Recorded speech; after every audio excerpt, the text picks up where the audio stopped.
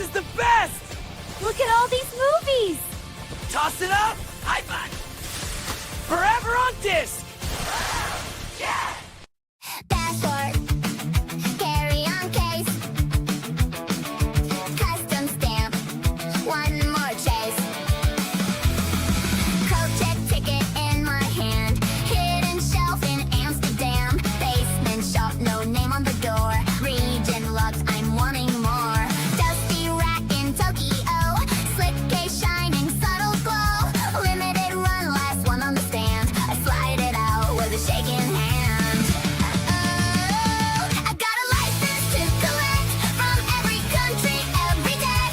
Blu-rays, DVDs in my briefcase, steelbooks, 4Ks in a cold case. Around the world I track them down. Secret print runs quiet towns. I don't need gadgets, I don't need guns. I'm on a mission for the perfect run.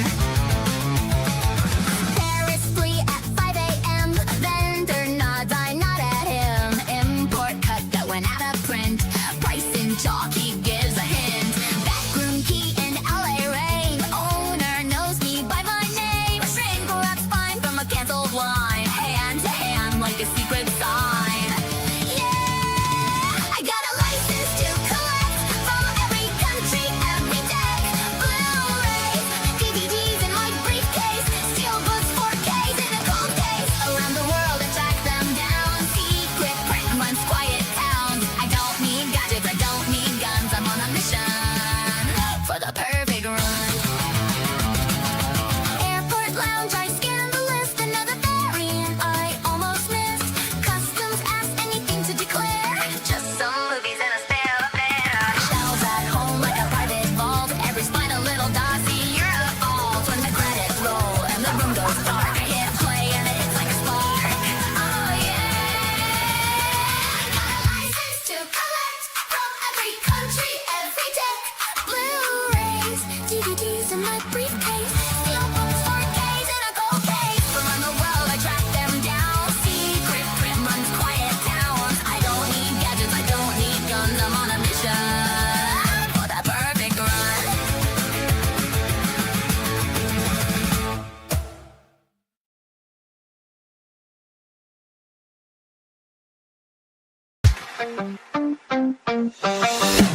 Called up collector, here to show off stuff and chat with you.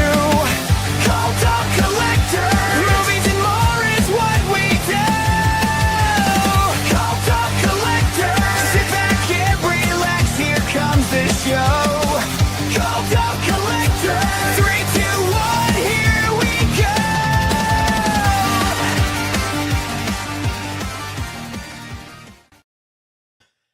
Welcome everybody to this week's Cult of Collectors. How's everybody doing? We're going to have Geno come in here in just a minute, and we're kind of having an open forum this evening. We'll just talk about kind of some of the things we picked up, and then we'll let Geno talk about what he wants to talk about this evening. He's got a couple of subjects he's wanting to talk about, and then we'll we may talk about what's coming out in the future, things like that. But I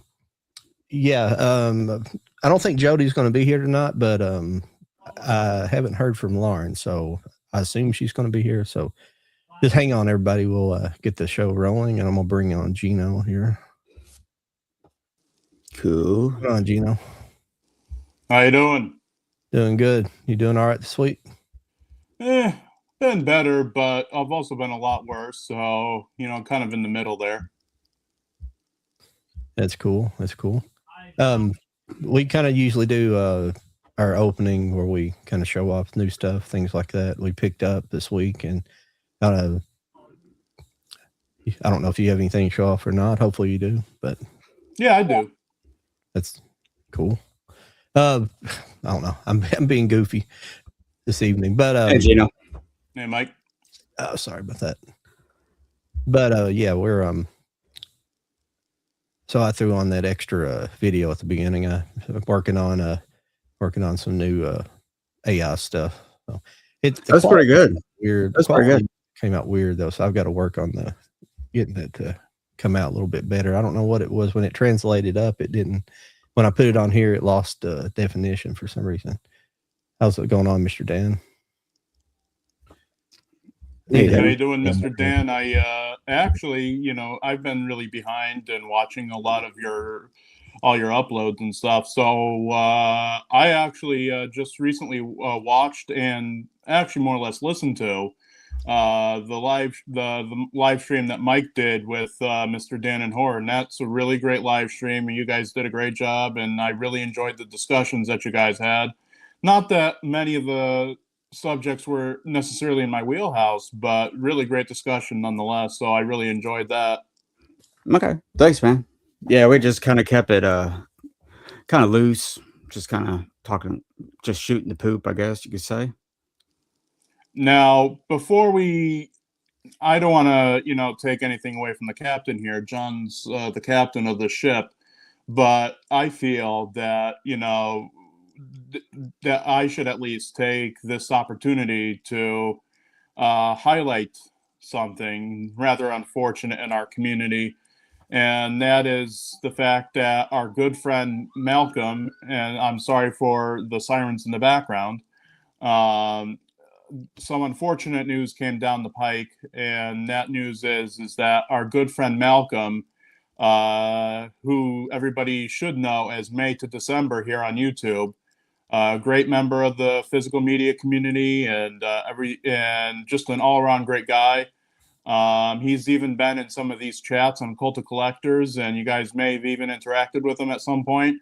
Would be a great guy to have on too when the dust settles. But there was some rather unfortunate news that his wife Donna has been diagnosed as having stage 4 sarcoma cancer, and I've seen the photograph. Malcolm shared with me a photograph of his wife's tumor, and it's really unpleasant. And treatments are rather expensive. They live in the UK, and I'm only assuming that healthcare isn't as readily available to people as it is over here, at least in the States. And Malcolm, has told me and divulged to me that, they have to travel like 2 hours into London on train, then they have to walk a few blocks, go up a few flights of stairs. It's really unpleasant. And but this is the best they could do given these limited resources that they have. So there's actually a GoFundMe link for Malcolm and his wife down in the description box of at least the upload that's on John's channel. I'm not sure if any of the other channels have it, but I hope that they do. And if not, It's on okay. everybody. Okay, and because the thing is Malcolm is a great guy, stand-up guy, and Donna was an oncology nurse for so many years and helped so many people live. So I think it's about time that we give back to this woman who, just helped so many people throughout her life, and has just been an all-around great support for Malcolm, and has been a great person for him. And she's basically his world. Like, I put myself in that position. Like, what if something were to happen to my mother, for example? I'd feel absolutely devastated. So, with this situation, people, please try to put yourselves in that position. What if something were to happen to a very, very, very close loved one? This is very important. And again, I suggest that if you have any money at all, spare money that you can spare. I know this is a tough economy, but if you could spare anything, please donate to Malcolm's GoFundMe that is in the description below. And if you can't donate for whatever reason, please just share the link around social media and help these great people get the help that they deserve, the help that they need. And so please help out Malcolm. May to December here on YouTube. Just a fabulous guy, and his wife Donna. So absolutely. I just posted a link in the chat as well. So Cool. Good. Thank you so much. Yeah, I just heard about that today from whatchamacallit, gosh, I think of his name. Geez, total. I heard about it anyways. I'm having total. I'm just thinking about that, and it's rough. But yeah, I'm gonna find the link. I briefly heard about from Aaron Penn. He shared that news today. So yeah. It's rough. Yeah, I hate to hear that. Yeah, the UK is weird. They have like universal health care there, but I don't know if it works. Like, you hear from one person, oh, it's good, and you hear, it's the greatest thing ever, and then hear from somebody else. Somebody that lives there, it's like, well, you can go to the doctor anytime you want, but if these special treatments, they put you on a list a lot of times. Right, right. And that's what Malcolm and his wife are experiencing. They're having to go to a specialist for this. And Yeah. again, 2-hour trip into London and walking all those blocks. And, and the tumor is actually located on Donna's hip. And so walking with this, through this GoFundMe, actually, Malcolm has been able to afford his wife a walker for her to be able to easily get around while she has this tumor. And it has been rough for them, and they've been, and Malcolm has just discussed this with me, and it's just been really sad, strange time for them. So again, I can't stress enough, if you have any money to spare, please donate to his GoFundMe. You could find it in the chat box in the description below. And also just share the link if you can't donate anything, because again, Malcolm and his wife deserve all of the love and support we can give them at this time. Absolutely. Thank you for sharing that, Gino. I Yeah, appreciate thanks. that too. Thanks, Gino. Yeah, because how time flies in our daily lives. We hear about something, and before we know it, we've forgot about it, or something else is in our midst. So yeah, everybody just especially keep them in your thoughts and prayers and everything, and donate. They can really use that, as I can imagine. Right, exactly. Well, I guess we can get to our pickups this week and everything like that. Hate to change the subject matter from that to this, but I guess we'll get going this evening. But yeah, thanks for everybody being here, everybody in the chat, everybody, not anybody over on YouTube on my channel, or excuse me, on Instagram on my channel. Appreciate everybody stopping in this evening and watching the show.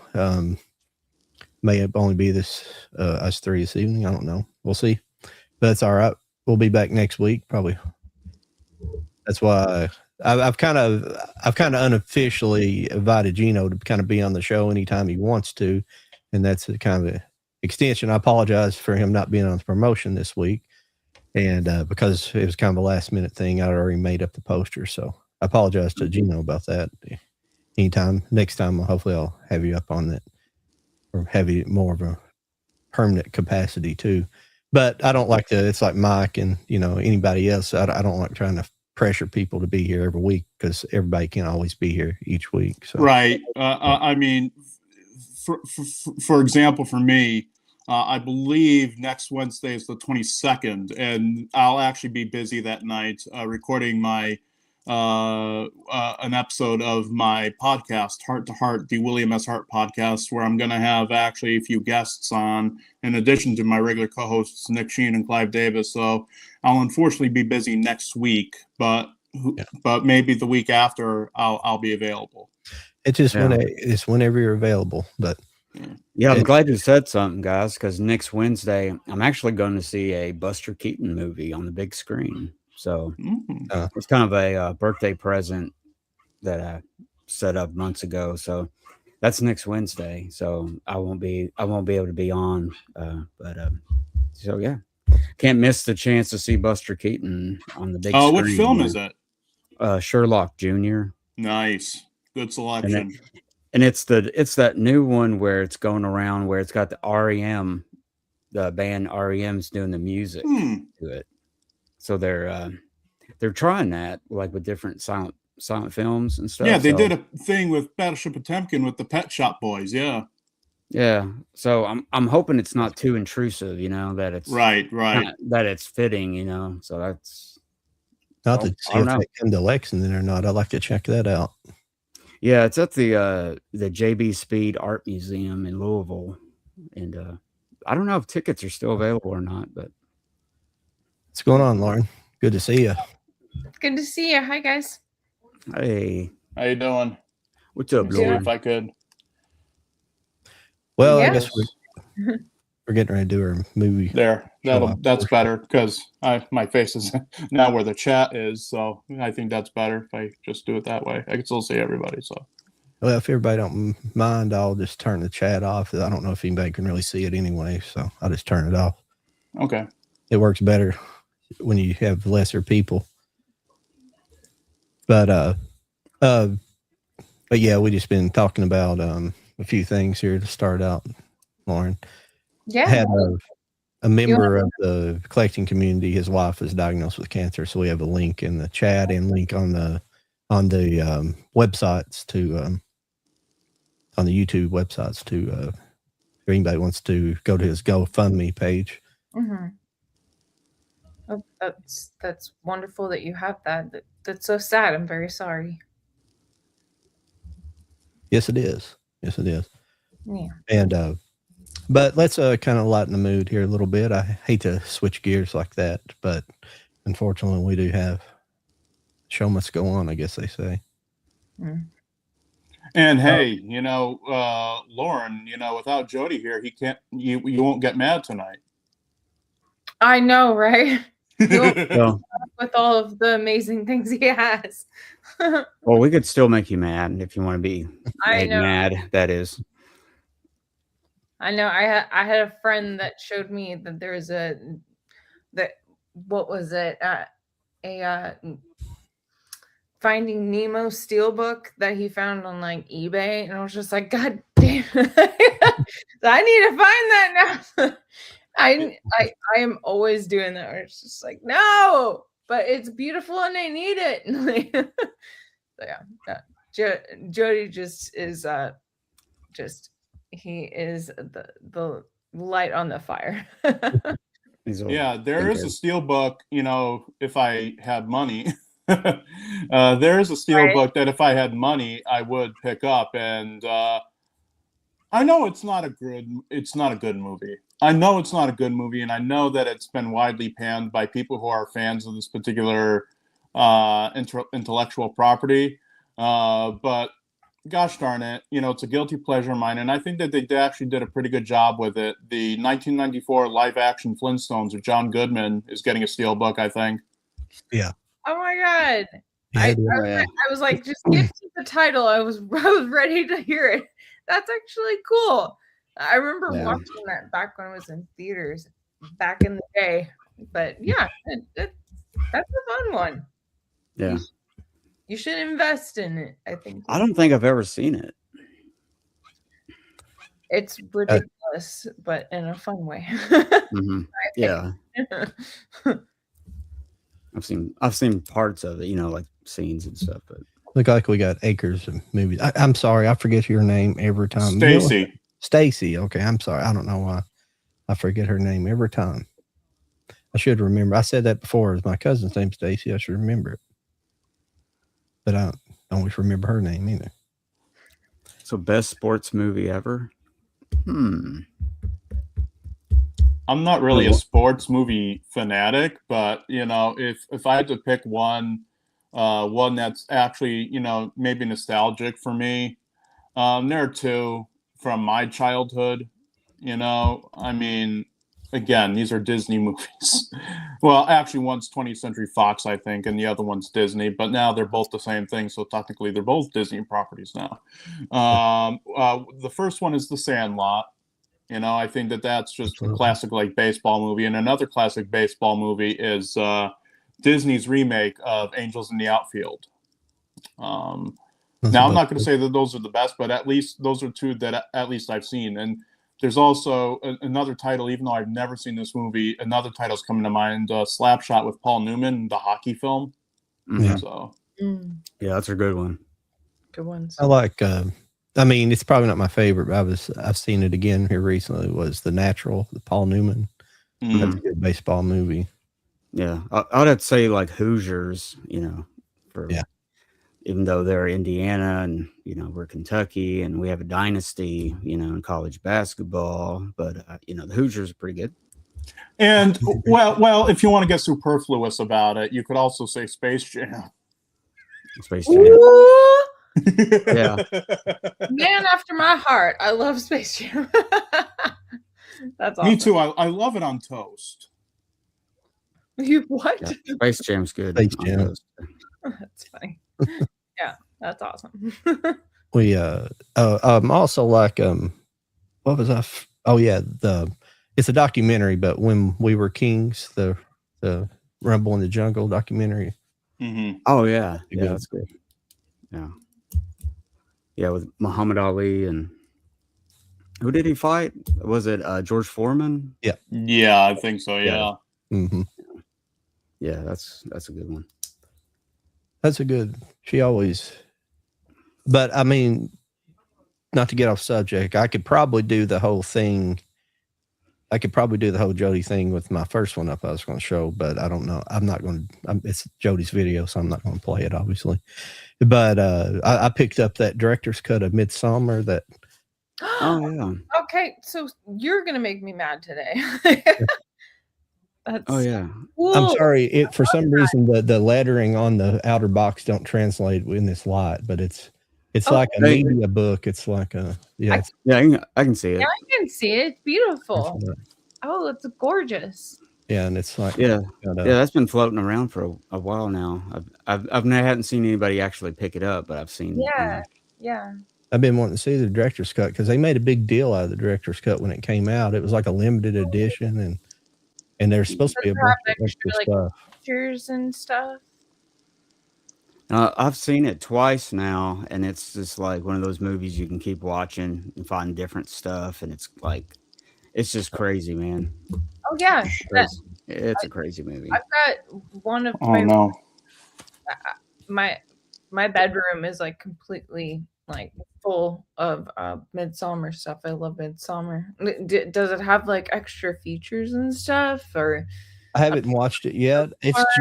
It's for some reason it's just the 4K disc in there. It is 4K. okay? But it's just the 4K disc. So I don't know about the extra features. Oh, okay. But I have the would- regular Blu-ray, so it had some on it. We'll But have to check it. I would say, yeah, it should be loaded. I would hope it would be loaded with yeah, extra. you would think so. Right. And they have A24 has some more of those sets, but I would have picked another one up. I wanted to get that Everything Everywhere All at Once. I might have that backwards, but Oh yeah. it was only Blu-ray. I was like, I'm not picking up just a Blu-ray of it. If in that set, I want the 4K, you know. Mhm. So I didn't pick Did it in theaters? that one. Uh-huh. I don't think I seen that one in the theater. I just bought it when it came out. I've yet to see it, so that's why I was just curious, like what your experience was with it. So I highly enjoyed it. I thought it was good. okay. Yeah, I'm always interested in what A24 puts out. It's usually something interesting. Oh yeah, for sure. Oh, you talking about times the director's cut? I haven't watched the director's cut. Oh, sorry, no, I meant the Everything Everywhere. I Yeah. forget the title, but Yeah, I've yeah. yet to see it, but I've heard great Oh, things, that was good. so I haven't seen Yeah. it. I was There's just curious. Nicolas Cage is in that, right? Is Nicolas Cage in that? Maybe I'm thinking about something else. No. Okay, I'm thinking of something else. Yeah. Whoopsie. Yeah. Black makeup on there. Oh yeah. I got some stuff this week because I got a trade package. So I got a bunch of Arrow stuff. Ooh, Why is those so big? Is that stuff showing up really big on your guys' screen? It's a little bit big. It's weird. It's almost blocking. It's almost blocking Lauren out a little bit. it's hiding me a little bit. Well, what happened to Geno? He dropped out. I didn't know. I think he was having trouble with his Internet. Yeah. Okay. Well, we'll continue on. Did you pick up some? Oh, there he comes back. We'll get to the Pixar movies. Well, I might have to restart my system here because unfortunately I can't hear anyone. So I'm going to have to duck out for a little bit and restart. Okay. Okay.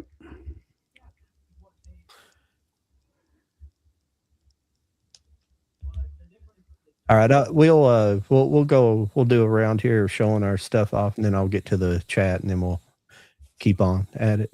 Okay. Yeah, I got the 4K from Arrow of Cobra. Nice. Ooh, nice. Yeah, so it's just the 4K. It's got alternate artwork. If you can see That's that. nice. I like that. And, I don't and, think I don't have a copy of that of anything. I don't believe it or not. I need to, Yeah, I need to get one. what's cool is it also has like the TV TV cut of the film, so it's all like edited, and it's probably hilarious because that's how they used to make them back in the 80s. It would be all just hilarious. But yeah, What's it's that? loaded. It's loaded with special features, as you would expect. Nice. Yeah. So yeah, that's on there. It's pretty cool. Go check it out. That's It's good awesome. looking. Look Haven't at watched it yet. Very cool. Thank you. Thank you. You got something cool for us, Lauren, this week? So my thing is that I didn't grab anything this week, so I kind of am doing the Lauren thing that I do where I do different. But I grabbed a couple that I've rewatched recently and maybe reminding some people of some fun new movies, stuff kind of thing like that. So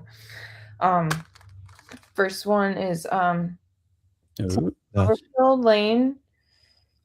This is one that I love so freaking much. John Goodman is so good as the bad guy. I love like a small like limited location kind of like horror thriller movie, and this is done so freaking well, and every performance is really great. But yeah, like the baddie, he baddies, so it's very very good, and that's one that I recently rewatched and I really really enjoyed it. So Cool. That's like the sequel, or it's kind of not a sequel, but it's sort of a sequel or something? yeah, it's kind of like anthology is. Oh yeah. But Mhm. yeah, you are right. Yes. Yeah, it's Right. good. It's good. Yeah. Yeah. That's the first one though, isn't it? That's the first part of that story, isn't it? I'm I trying to think. I mean, that there might be like a prequel of it made, but it was the first of the series made, wasn't it? well, No. of like Cloverfield, there is Cloverfield and then Oh yes. 10 Cloverfield Lanes. Sorry. Mhm. Yeah. The second one, but it again, it's anthology, so you can kind of just I forgot about Clover. yeah. But yeah, Mhm. of all of the Cloverfield movies, that one's my favorite because I just think it's really good, and like the closeness and claustrophobia, I think is it's very effective, and I really enjoy it. So it's one of my favorites, and I just recently rewatched it and wanted to I share. enjoyed the movie too. It's really good. Yeah. I need to go back. There's so many movies you guys either bring up or something I see somebody else talking about, or I start thinking about it. And I was like, I need to rewatch that. And I'm just like, God, I got so many new things I need to watch. Yeah, And I that's don't know just what to it. do. Yeah. Yeah. There's so many new Only so ones. much time. I'm sorry. Yeah. Oh, I'm sorry. We're all Lauren's always got like ones I hadn't heard of that are interesting, and it's like I write them down, and then there's just so many to keep up with. It's like, how do you? It's wild. I was just So gonna much. say, So much. in that same vein where it's just like there's so many new movies, but then it's like, but I haven't watched this movie that I love in how many years, so I go for that one, and then it's like, but I need to watch these new ones, and it's like, oh, and there's new Mhm. ones in theaters. I'm like, I Oh, yeah. can't. Yeah, that's what's cool about having like a great, like as being a collector, and you have such a collection of great stuff that you just go back into your own stuff and like, man, this is so cool. I'm gonna watch it again, for Yeah. whatever reason. But Absolutely. Yeah, that's one of the things that I love about being a collector, where it's like you don't know what you want to watch. Like for me, like I start like looking at streaming services and I'm like, that's not what I want to watch. And then mhm. I've got a whole collection, so I'll just go pick what I want and it's right there. And I feel like that's what's so sad about the um our society losing the passion of physical media, because Mhm. like that's such a beauty of if you want to see it, it's right there. Yeah, And you don't have to worry about it disappearing in a month or 2 and, you know. yeah, yeah, exactly. Or if you'll indulge me, there is an experience where I was trying to find, I can't remember the official date, but it's like the 1970 Suspiria, like Mm, 1975, 75, 77. 77. Yeah, I was trying to watch that for the first time, and I was just like, I couldn't find it for my life. And like, I finally found it like on eBay. And point being that it should not be that hard to find a movie, like, you Mm, know, like, mhm, and yeah, uh, I did I was willing to just like rent it on Apple. Not available. I was like, okay, well, I'll buy it. Like I'll just mhm, and then yeah, it was I'm like, so oh, you can't do that either. And it's just like, what? yeah. I guess people are hanging on to their copies and they don't wanna sell them or something, you know, I so know. I did finally get one, but it was a trek. So yeah, I think it's kind of ridiculous that mhm, it's not as accessible as it should be. And I, yeah, be- beautiful movies, especially older ones. That's another thing where I think about when I was younger, I went to Barnes and Noble a bunch, and you go through like sift through like the music, you sift through the DVDs and stuff like that, like things were new, but then there were older movies or like mhm, soundtracks and stuff like that. And it makes me really sad that it's not there anymore. And then even online, where it's just like, yeah, what, that's mhm, like 15 years old? No, what, yeah, are you crazy? You think that we have that? yeah. Yeah, it's Well, like a lot of stores don't, you know, they're not showing like my Barnes& and Noble is, like, scaled back a lot of stuff, even their Criterion section, which used to be huge. And then, you know, of course, Walmarts and places like that are all shrinking Oh yeah. shrinking or disappearing altogether, so it's kinda like they act like it's going away, like nobody's interested in this stuff, you know, like nobody buys it, which is false, you know? Yeah. So it's just I don't well, know. I think a lot of it too. And hello, everyone, I'm Hi. back. Hey, I you gotta think a turn your lot of lights it. on, Gino. Gino's Oh, in the dark. oh, I am. Yeah, your audio's coming through, but your visual is not. Oh, beautiful. That's wonderful. You're coming in Um, good though.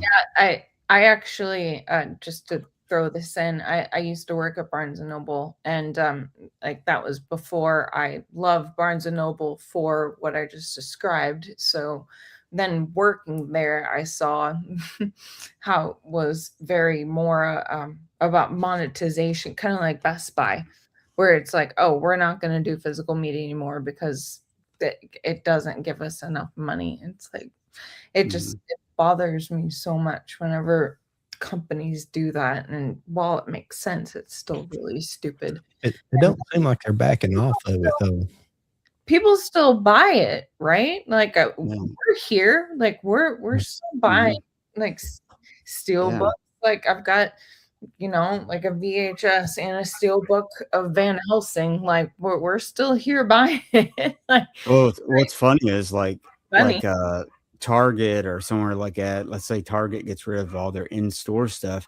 It's funny you can still go online on their website and buy stuff. So they know people are buying this stuff. They're just I don't know what they're doing. It's They're just just not in store anymore, I don't know. yeah, yeah. It makes us feel like we're just weirdos that want to buy plastic, but it's like, hey, you know. All right. I'm gonna jump in here and get some of this chat real quick, if you guys don't mind. Oh yeah, that's building up. Then we'll get on with it.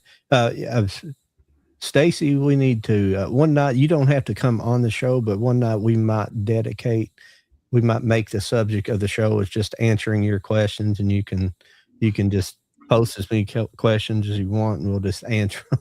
And the chat can join in, and we'll do that one night. So I apologize for not always getting to it, because sometimes we get caught up in your questions, and I miss other people. So it's nice to see you, Stacy. Also, welcome Carlos Spendron 202. Make sure. Carlos Spendron 2. Okay. Apologize about that. Pixar Movies, Blu-ray 2017 reprint at Henry Rodriguez 417. Okay. Once Carlos, Pixar Movies Inside Out. I don't know what that is. Welcome, Nigel Drainer, I guess, or Drainer, I believe. Hey, Nigel. Hey guys, Gino brought me here. Fun show. Subscribe. Thank you. Grace Life Ministries. Yeah, it bothers me too when companies do things to keep them in business, like Best Buy. It doesn't make any sense, does it? No, sure don't. That's what I was trying to say, Lauren, that it doesn't seem like Barnes and Noble are really backing off of it. I do feel like I think there was a time they haven't really backed off the Criterion prices. I don't know why, but they have a lot of other things they're selling at fairly normal prices.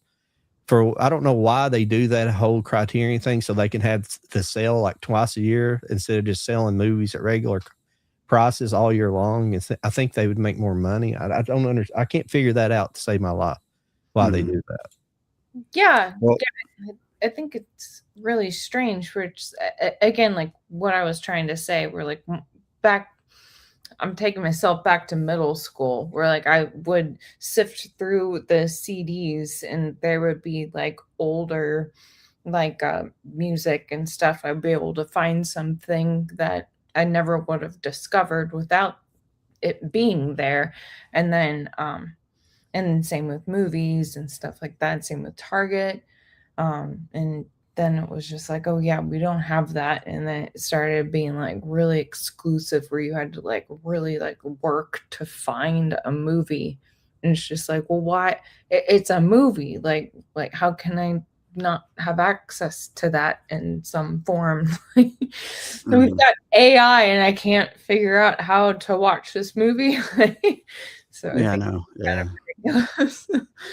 Well, I think with Best Buy, John, is I think what it is, they do it twice. They do it whenever they do it because there's such a like big, almost like online, like we all start talking about it. We make videos like our pickup videos and stuff. And I think there's such a like build up from the people that, buy them, that they get a ton of business all at once, I think, as opposed to doing it all year and like losing money, which I agree with you. If they could compete with Amazon, because Amazon competes with Barnes and Noble when they do their sales, and they cut their stuff half price to compete. So it's like, why don't you just stay all year, compete with Amazon, and maybe you'll get more walk-in business or even online business, that is, and stuff. You know what I mean? Because I think they pay attention to YouTube, and some of us YouTubers that I haven't made any in a while, like a Barnes and Noble pickup. Like I'm in the store and I'm picking up stuff. I haven't done that in a while, but yeah, I like it when you go out and about. Yeah, there's a ton of those, and I think there's a lot of advertising for Barnes and Noble and Criterion, during that time period. But yeah, I don't know. That's interesting. Maybe I should have took marketing and stuff in college to kind of understand what it don't make any sense sometimes, as a lot of stuff don't make sense. So that's my version on it. What do you guys think? Well, the thing is when I was on here last time, I discussed Ghost Fever, and when I brought that movie up, I started to wonder why this thing isn't on Blu-ray yet. And so I talked with a friend of mine who is kind of like a super sleuth when it comes to copyright law and things like that. And it turns out since 1989, Ghost Fever has changed hands copyright-wise at least 15 times. wow. So, it all gets, into the muck, into the weeds of like, who owns this? I mean, I want to be transparent here. I want to put Ghost Fever on Blu-ray finally, because it's again stuck on VHS, or Laserdisc, or that German DVD I showed off. It's like, you can't find this movie anywhere, except I mean, it is on YouTube for free, but it's not a legally licensed upload. And there is a print of it, 10 reels of it at the Library of Congress, but there's a donor restriction on it, and I need to find out who the donor was and see if there's any way we could play ball with these people, because there are just some movies that there are just some people that just don't want this stuff out there. Like, again, like when I brought up the Sherlock Holmes series from 1954, I contacted the people that own the rights to the film materials on that stuff. They don't want it out there. They don't care. They don't think that they're going to make their money back or their investment, and that's the way it is with, I think, a lot of these companies. Like, there's a lot, like, from my aspect, being a classic comedy fan, there's a lot of the Columbia shorts that don't star the Three Stooges that we would love to see released, like a lot of the Andy Clydes, the Vernon Dent comedies, the Hugh Herbert films. Sterling Holloway made some films. Even Burt Wheeler, the comedy team of Wheeler and Woolsey, made some films. This is like top of the line stuff that we would love to see, but it's likely never gonna get released because it's like, where's the interest? There's quote unquote no interest, according to the 25-year-old suits that live in their own that live in their own ignorance and don't realize that there is a market for this stuff out there. It's just not going to bring you millions of dollars. Yeah. They just got to look on YouTube, really. If they could just go fishing, and be like, look how many videos were put out about this obscure early 30s comedian, and all these people are watching this stuff and making their own videos. It's there's like, your market research. Yeah, you almost have to, because people like us that feel this way, we make a video to talk about it, or put that video out, and so there's dozens of people like us who do that. So it's kind of like, maybe, yeah. And if I may, I think that it's not exactly the same thing as your topic, but it's very close to it. So I wanted to share. I think that goes along with how Hollywood loves to try to do like remakes or adaptations or what have you, and be like, oh, we're gonna make it our own. And it's just like, no. You give it to like us, like that, the original content. And so I think I understand what you're saying, where it's just like it doesn't need to be like remade or like fancified, like doing it your own. If you want to do that, then go do it over there, but don't use well, to bounce off of that,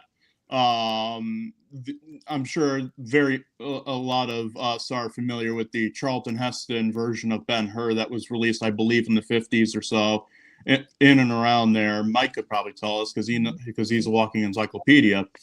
But for a while that film was the cause of a lot of ire for a lot of silent movie fans, because MGM decided in their infinite wisdom to withdraw the original 1925, I believe, silent version of Ben-Hur, starring, I believe, Ramon Navarro.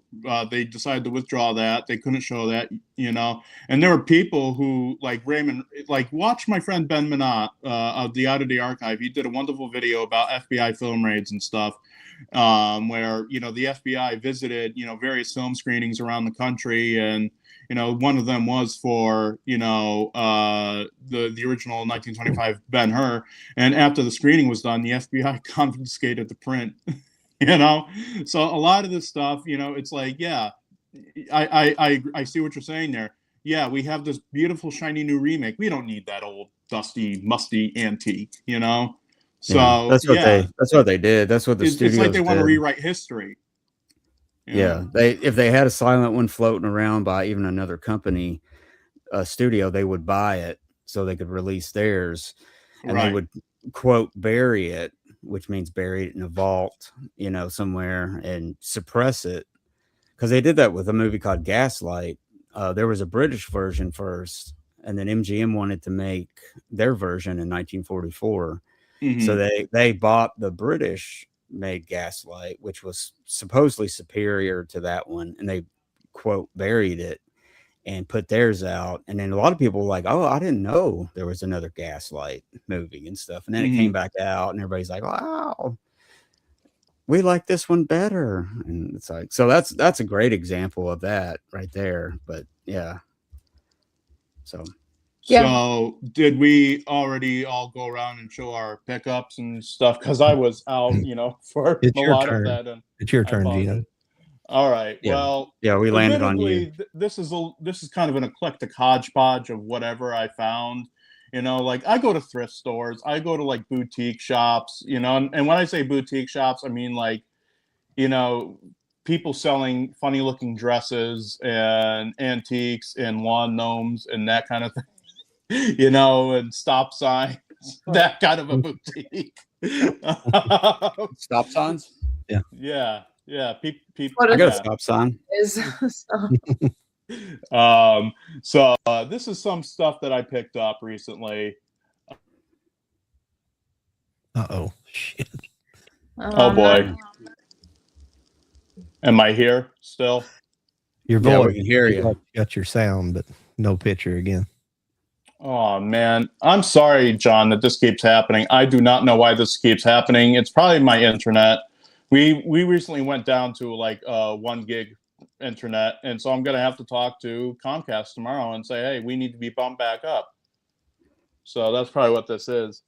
Let me see if going back out and re-entering. Okay. All right. I'm gonna show something here that I even sat down and watched this last night. I got it in here, so I watched it. I've been looking forward to this for several months coming out, but this is the 4K Kino Lorber release of Euphoria, and I had not seen this before. Sorry, I'll blow myself up here. Let me. Oh, like UFO Euphoria. It has Cindy Williams, Karen Dean Stanton, and Fred Ward. Yeah, it's I'm kind really of a fucking comedy pissed with this. Why isn't this working? Good artwork. Yeah. Oh yeah. Kino. Yeah. I'd never really heard of it before until then. Me neither. I tried it in Safari, and now it's doing the same shit in Safari. What is going on with this thing? Do you have Chrome on your what you're running there? Oh no, if you're running If you have Safari, any you're other running browsers I could use. Yeah, I'm sorry, you're Here, running. No. I'll try it in Google, and I'll try Right, going Apple. the Google route. That's got a great cast though, John, on that. Yeah. Harry Dean Stanton. Gosh, he never has a bad role, I like him in Now I everything need I've to seen. plug him in. this stupid thing back in again because it came out. Jesus Yeah. Christ Almighty! Yeah, God really loves me, Jeanette. He We need a really miracle. does. Making this shit difficult for me tonight. I don't think. I do the same thing. I just I didn't mean to do it, but I don't think he knew we could hear him. I muted him for a second. If he comes back up, I'll apologize. But no, this movie's it is actually good. The only thing I didn't like is really the soundtrack, because this movie felt like it was about 5 years or maybe behind on the music, because it had like that kind of Smokey and the Bandit kind of Jerry Reed kind of sounding soundtrack. oh yeah. Kind of a rock and country type of I've Yeah. never seen it before. But it's Hang on a second. There we go. You see there? Okay. All right. Hopefully this works now. Oh my God. Again, John, I want to apologize to you for all this. It's out of my control. I just don't know why this is happening to me tonight. But I will try to get this rectified for future visits on this program. But anyway, Yeah, that's cool, Gino. That used to happen to me all the time. I would have audio issues just about all the time. John probably remembers, and then I think I finally worked out my bugs, and fingers crossed. I always have, Yeah, you're fine. It happens to everybody, especially when you're Yeah. new. And some of it sometimes has to do with StreamYard. It's got a lot better over the years, believe it or not. But it's yeah, definitely. But yeah, we can talk. You can go ahead and Gino and show what you were going to show, and then you guys can look at. I'll talk about Euphoria some other time. But it's a good movie though. It was better than I thought it was going to be. Even with the soundtrack, the soundtrack don't detract from it. It's just like from a 1985 movie. It sounded like it had a soundtrack from like the late 70s.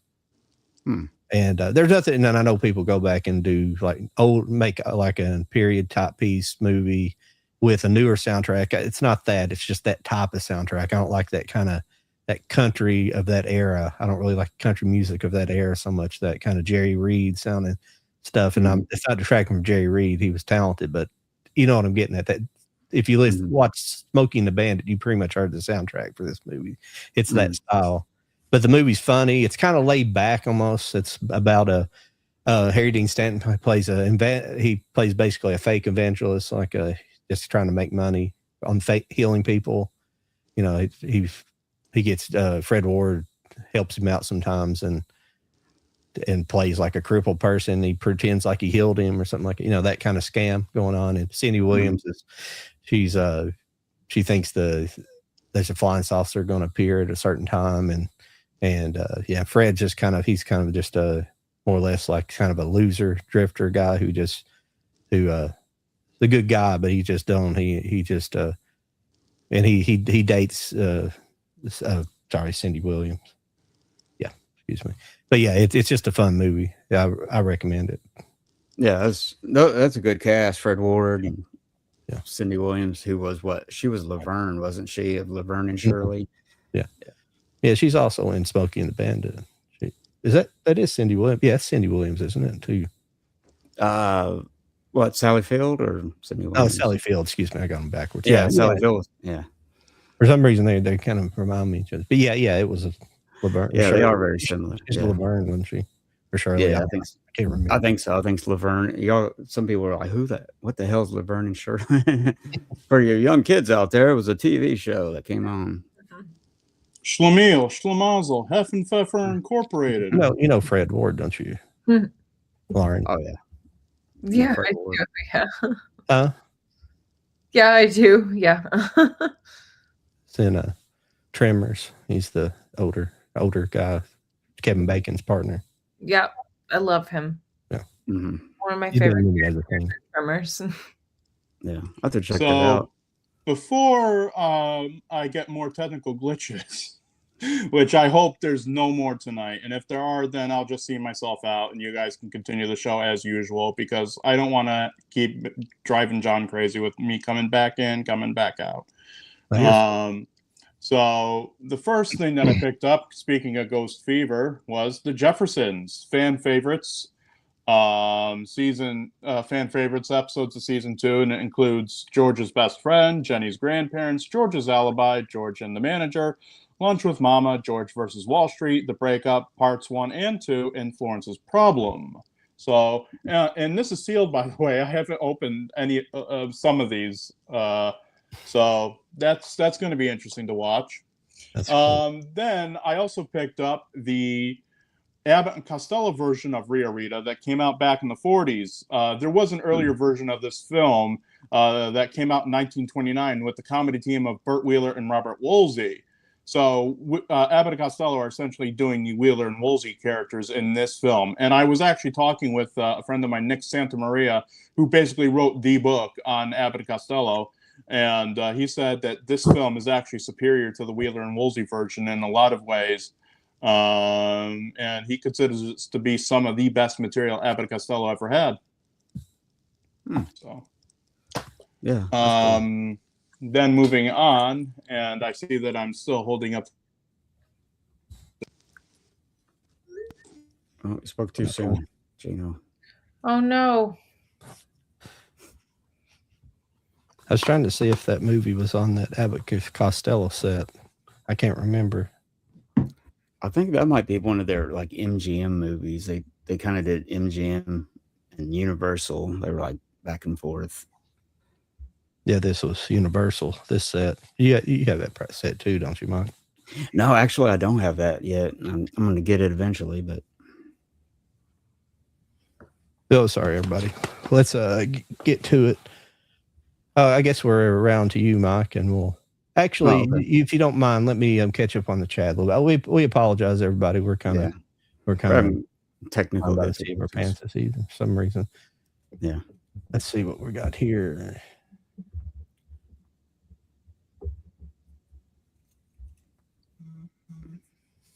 Where's the best place to get physical media from? I don't know. There's all kinds of places you can Amazon, you can go on Whatnot sometimes and find deals sometimes, but that's like a bidding deal. I don't know. What it's really, and when it comes to brick and mortar, it's just whatever's in your area, because what I have here is probably different than what you have, and so who knows? Because there's no really like big, other than Walmart, there's no really big retailers anymore that sell and Barnes and Noble, who really sell physical media. So I would say for people that are trying, kind of like what I was saying earlier about Suspiria and stuff, like the big ones are Amazon or eBay. It would be my like top two. And then the other ones that you like recommended as well, but those would be the first two I would look for. So yeah, or the label like Arrow or Keno or somewhere, like that. They usually have sales and stuff. You just gotta shop around really and just compare prices. And straight to the website is always good too. Yeah, and there's like Groove now. There's Groove and a couple of places like that. So moving on, again, my sincerest apologies for all of this. I again, I'm going to try to, work on this in the interim, but another disc that I picked up that was sealed was cigarette commercials from the 50s and 60s. That's cool. Where they, discuss basically how healthy cigarettes are for you. And it has like Lucille Ball and Desi Arnaz, promoting Philip Morris cigarettes and saying that 9 out of 10 doctors agree that, this will give you good health. And now you have a fresher flavor. Pretty much all the stuff that was later proven wrong, in like the late 60s, early 70s. Like, yeah, this stuff's actually bad for you. So yeah, there's that done and dusted. That ought to be interesting to watch. Then I have, I collect these every now and then, these cheap $1 Digiview DVDs, Cartoon Craze, Bugs Bunny, Falling Hair. And the reason why I collect these is because, they're from my childhood, nostalgia, basically. And I got a bone to pick with Goodwill. Since when in the hell is a one DVD that was originally $1 at Walmart, why are you then charging $2.49 for it? Goodwill, I got to tell you, they're going up in price and I don't like it. You used to be able to get stuff for a steal back then, like 99 cents or even $1.99. Now like it's going up to like almost damn near $3, and it's like enough already with your price gouging. That's why people go to other thrift stores or whatever. So and other people complain about it. Yeah. And then, the next three are basically featuring all the same performer, because this is a guy that I've really wanted to get myself interested in, because I always see his stuff at the thrift stores and whatever. So I wanted to get myself interested in a little bit of Red Skelton. So this is actually authorized by his estate, and this has like all of his classic characters: Freddy the Freeloader, Clem Cadiddlehopper, Junior the Mean Whittle Kid, Cauliflower McPug, Sheriff Deadeye, George Appleby, and others. And it has such guests as Jane Russell, Vivian Vance, Buster Crabbe, Cesar Romero, Rhonda Fleming, Edie Adams, Don Knotts, Marilyn Maxwell, Ed Wynn, and it has a lot of good stuff on this set. So I'm really looking forward to taking the deep dive into this set. This was put out by Marathon Music and Video and Timeless Video. So That's really awesome. I'd like to have that. Yeah. Authorized by his estate, by the way. And then I have this DVD from Platinum Disc Corporation. I just picked this up because it said Red Skelton on it, so I picked it up because I'm still relatively new to his career, of course. And that's Freddy the Freeloader, by the way. That's that character. And then on the back are all of his other characters, you know. And then lastly, my last pickup, you know, is actually still sealed Good Times home videotape, Red Skelton, King of Laughter. And this has, like, you know, his vaudeville routine of Guzzler's Gin, a trailer for Public Pigeon #1. It's like one of those joints where, you know, they just had like a whole bunch of public domain footage lying around, so they put it all together and passed it off as a documentary, that type deal. So that's what this is, basically. So those are my pickups. Now, if I have hiccups again, hey. Mhm. All right, let's see here. I think it moved up on me there. Okay, here we go. Yeah. Nigel Drainer said, what are your favorite silent films? Well, Nigel, you know what mine and yours are. So you know, Hollywood home theater, baby. You know what I mean? Nosferatu with that creepy synthesizer score. That version is a version that Lauren should see too. You know, if you had all like 80s like Stranger Things, you know, like weird, eerie, creepy synthesizer music. I could see. I have seen it. Yes, that would have been my pick too. Yes, we are in agreement. Nosferatu. So good. Nosferatu.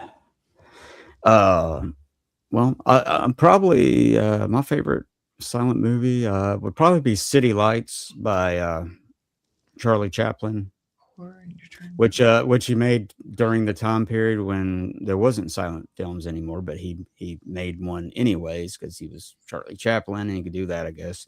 But yeah, I always like that one. That never gets old, and love the ending, you know. And I'm going to give a shameless plug to Nigel because many moons ago, Nigel hosted a podcast called Modern Times, which is a podcast for Charlie Chaplin fans. And you could find that if you search it up on YouTube. Don't do it right now, of course, because we're doing the show. But I believe he and his cohorts did, I believe, a 2-parter or so on City Lights. You could correct me if I'm wrong on that, Nigel. But they've covered quite a bit of Chaplin's work, and they've actually done commentaries on some of his silent films too, which is really, really cool. Like you learn a lot about early silent film Hollywood if you listen to like their commentary on a Burlesque on Carmen, for example, where they took Chaplin's original 2-reeler film, padded it into a 4-reeler, and inserted random footage of Ben Turpin for whatever reason, and was like, yeah, hey, this is a brand new film, brand new, starring Charlie Chaplin.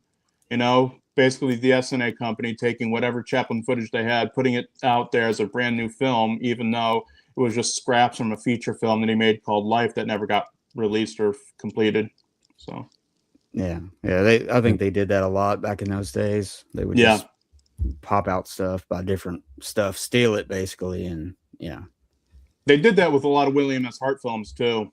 They did that with some of his shorts, especially. There was one film that's called Mr. Silent Haskins. They later reissued it as a 1-reeler called Dealing for Daisy. So, you know, it was quite a prevalent practice in Hollywood back then, I guess. Yeah. I mean, could you imagine that though? Like, see, like you go to the theater now and you see like the Avengers or whatever. And then, you know, like they take the footage, they re-edit it somehow, and they put new footage in there and take some footage out, and they put it out there and they pass it off as a completely different work. Like, could you imagine if they did that, pulled that kind of crap? Now people would be livid. Yeah. Like, you couldn't do that now in the age of social media. I'm sorry, you just couldn't do that. No, it would exist probably for like an hour before it would like tip down at the most. You know, that'd be about it. unless they were showing it at a theater, you know, just surprise, we're gonna throw this film together that we put. But yeah, you wouldn't see that. Very nice. Let's see here.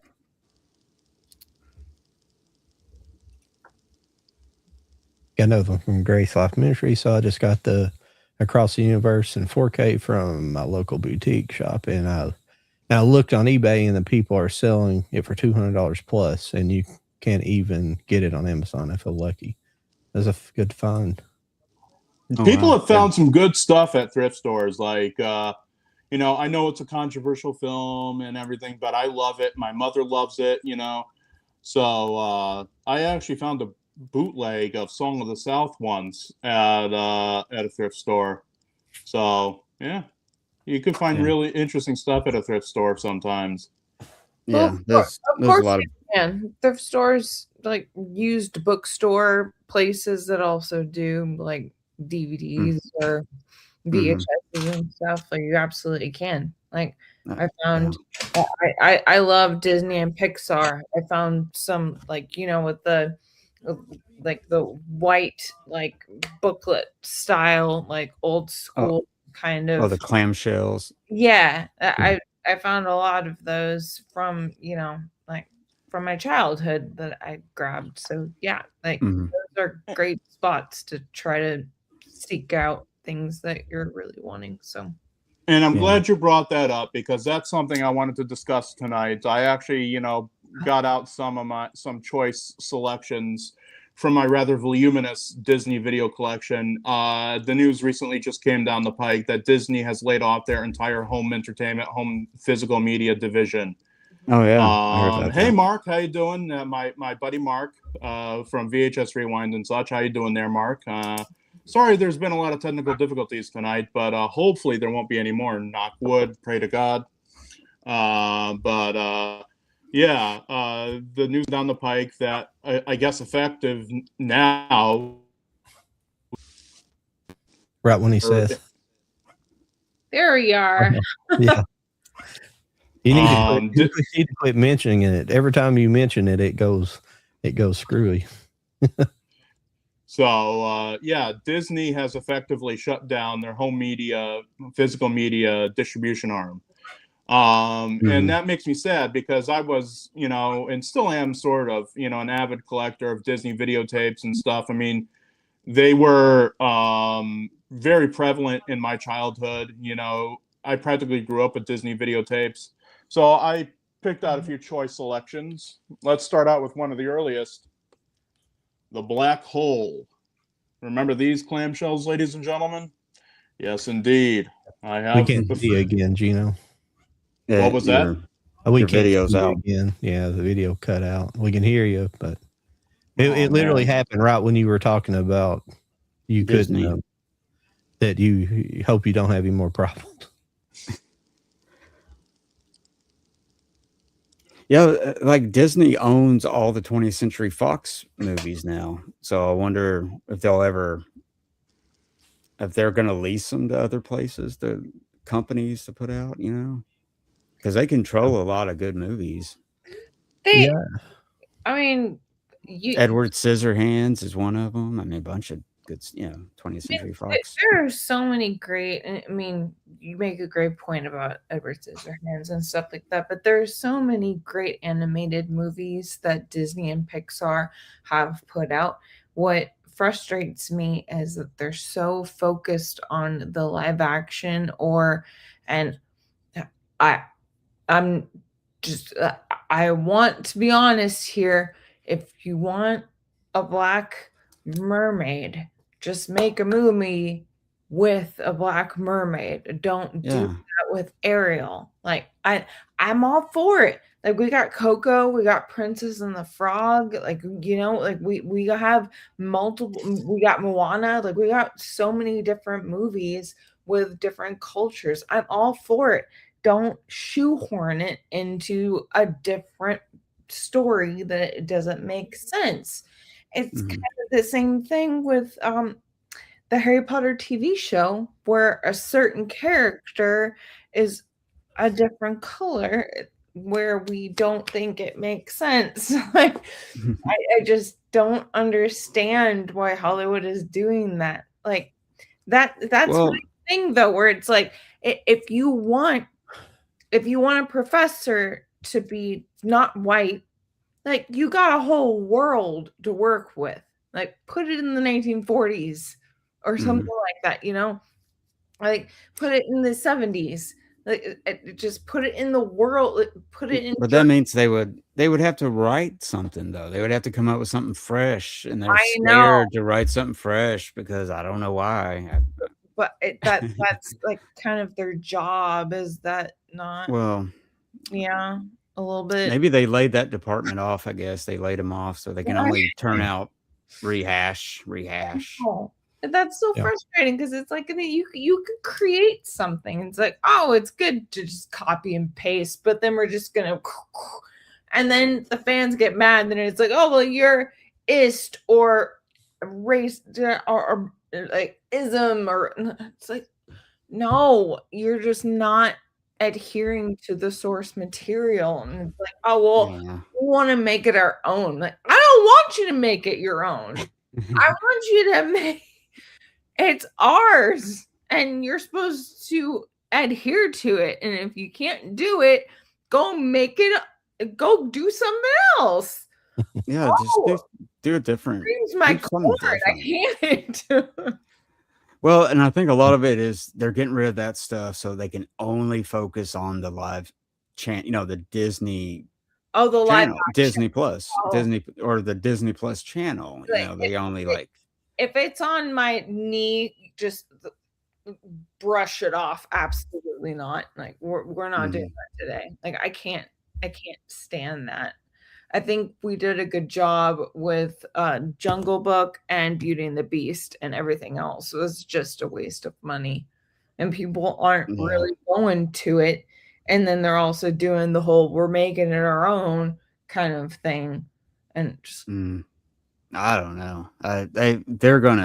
They're just not. I don't know. I don't even care what Disney does anymore because I've lost all respect for them. Just with how they just run stuff, and they're just money over anything, and they just think everybody's stupid. I know exactly, right? I was so scared. I'm a huge Zootopia fan, so when Zootopia 2 came out, I was just like, oh God, are they gonna ruin this? Are they gonna ruin this? They actually ended up being really great. They actually did a really good job. I'm like, okay, Disney, you can keep doing this. Just keep doing this. But they've disappointed me so many times, or I'm just like, just keep doing this. Like you made me happy here. Like, because I love the duo. Like they did a really good job with adding new characters and the dynamic and everything. Like they did a good job.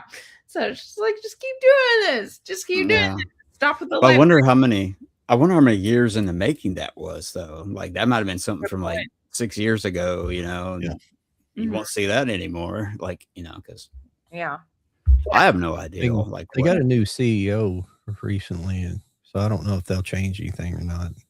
Hopefully, but they probably won't. And switching around. They don't learn from Hollywood. It's the thing is that's the whole mentality of all of Hollywood. So they have to not stick out like a sore thumb. They have to, or stick out like a nail that needs to be hammered in as they see it. They all kind of fall in line with that same mentality. Not every single person, but and it's a lot of people. They don't really agree with that behind the scenes, but like when they're in public, they got to adhere to the message. Well, that's why film companies like A24 are doing what they do, and people flock to those films and buy their media, and because they're putting out new kinds of movies, new kinds of fresh scripts, and pushing the boundaries of whatever genre they're doing and stuff, and it's keeping things fresh and interesting, and you know what I mean? Like it's like all these other little companies are creeping up behind the big dogs. The big dogs are trying to hang on, and they're just like every other week they're being bought out by another company, and it's just like, God, just that's all you hear about. It's like you don't hear about, oh, they're coming up with this new movie that everyone's going to love. There's like, oh, we're going to get bought out next week, and it's just, I don't know, it's ridiculous. No, sorry if I can follow your coattails. I completely agree. I think that's one of the most frustrating bits about it, where it's like there's nothing wrong with doing a continuation or a remake or what have you, but like that, I feel like it's all we're getting right now. That's all. Yeah. And so like the original ones get like just thrown underneath the curtain, and people don't hear about it, they don't know about it, and or it's like all wait until it goes on Netflix kind of thing, and it's just like that. Those are the movies that you need to prioritize if you're gonna purchase a ticket and go and see it in theaters. Like that's the important one. And then like there's movies like I guess Last Night in Soho that came out, I think in 2021. People were like what's that movie? And I was just like, you don't know the movie. But the newest Spider-Man, like that's your priority. My point is that it's just like we the collective if we want to be movie lovers and try to keep cinema going and change the way that it is going right now, which is a bunch of remakes and continuations, we need to support the original content. And there's a lot of really good content. Like I mean, Weapons was really cool too, like there's some good. They can do it. They can do it. And but if you pay attention, it's like that when they do stuff like that, it becomes a popular hit. People go to the theater, generates business, keeps the theaters going. It's like putting out Malarkey every week. Nobody wants to see it. Nobody wants to come to the theater. And it may be on streaming channel that they may not watch, because it's just not interesting. I mean, who can blame Netflix for making their own content and making movies and taking chances with like making the Frankenstein movie, which there's a lot of interest in that. People want to see either how good it is or how bad it is, but someone is going to watch it. That's a guarantee, You guys watch that, by the way? I still have not seen it. Oh, okay. I don't know. It's in my queue to go, and I just have not. I want to sit down and watch it. I think I think you guys would like it. It's long. I will say it's long. Sorry, I keep interrupting people. Sorry. Go for it. Go ahead. Yeah, it's a long one, but it's not that long, But I mean, I've watched it twice because it takes like some moments where you need to take a break and go get some popcorn and stuff like that.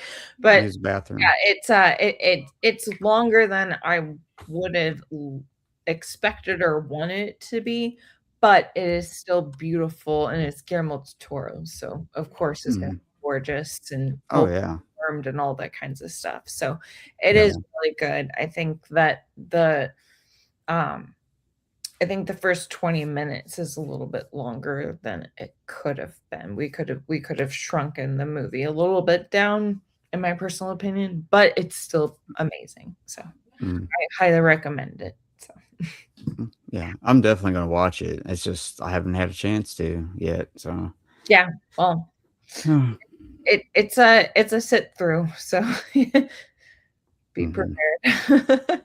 I think that's kind of what it is. It's like I want to pick that time where I can guarantee I'm going to watch it for 3 hours and nothing else is going on, and it's not too late, because start watching it like 2 a.m. It's not going to make it through it. Because you're 2 a.m. That's ridiculous. Absolutely not. Well, No. Was it 3 hour song? I didn't remember it being that long. It's probably pushing it, wasn't it? 2.5, I guess. I don't know. It may have been. I Yeah. didn't pay attention to it. If it's good, it's not. If it's good and paced well, it doesn't. I don't pay attention to it as much. Hmm. Are you talking about Frankenstein? I think it's like a Yeah. 2 hour 45 minute, so Mhm. almost 3 hour. Oh, okay. Yeah, it was. Okay. It was good. All right. It was quite good. Yeah. Well, I bet you anything, Criterion have put it out because they've been putting out some of his stuff like Pinocchio. No, did Arrow put Pinocchio out? I think it was Criterion that put the stop motion Pinocchio that he made. Yeah, I think it's. I have that over here. I can't remember. Guillermo that did the clay Pinocchio on Netflix is what you're talking Mhm. about. Yeah, but I think like Criterion, I think may have put it out on physical media. And Oh, what I'm thinking is when they do Frankenstein, he'll probably put it out in some different cut of it. Maybe like he'll have the long version and maybe there'll be a shorter version. I don't know. I have that feeling that he might do that, put that out like that. yeah. He'll probably do a shorter version, the full version, and then the extra special effects version. The director's cut, which is 16 hours long. Mm-hmm. Yeah. And the interviews and everything like that. Mm-hmm. Well, I guess we can Yeah. continue with going around and showing off stuff. I guess then we'll get to check. Mike's wanted to check out some stuff that's coming out. What time is it? How long's it been? Let's see. It's almost 9:30. Damn, 121. Well, anyways, It's a good show though. I've been enjoying it. Listening to Yeah. you. It's been fun. Yeah, it's been a mix. It's been a bunch of stuff. Well, anyways, I don't have to talk much. well, I'm gonna show this off, guys. Oh, I'll just start with showing stuff off again. I got this Arrow edition of Westworld. Nice. I've seen that With, going around, but I haven't picked it up. Yeah, it's kind of interesting because look, you got like this is a slip, and then it's got its own like hard case and stuff, and you got that on the back. Steve And, McQueen. Oh, that's Yul Brynner. Yul Brynner. Yul Brynner.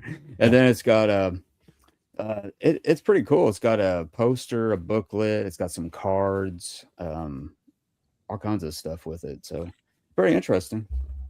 That's cool. And I haven't been able to watch it yet though, but I did finally get to watch that copy of Salem's Lot that I think I showed a couple weeks ago, and it looks great.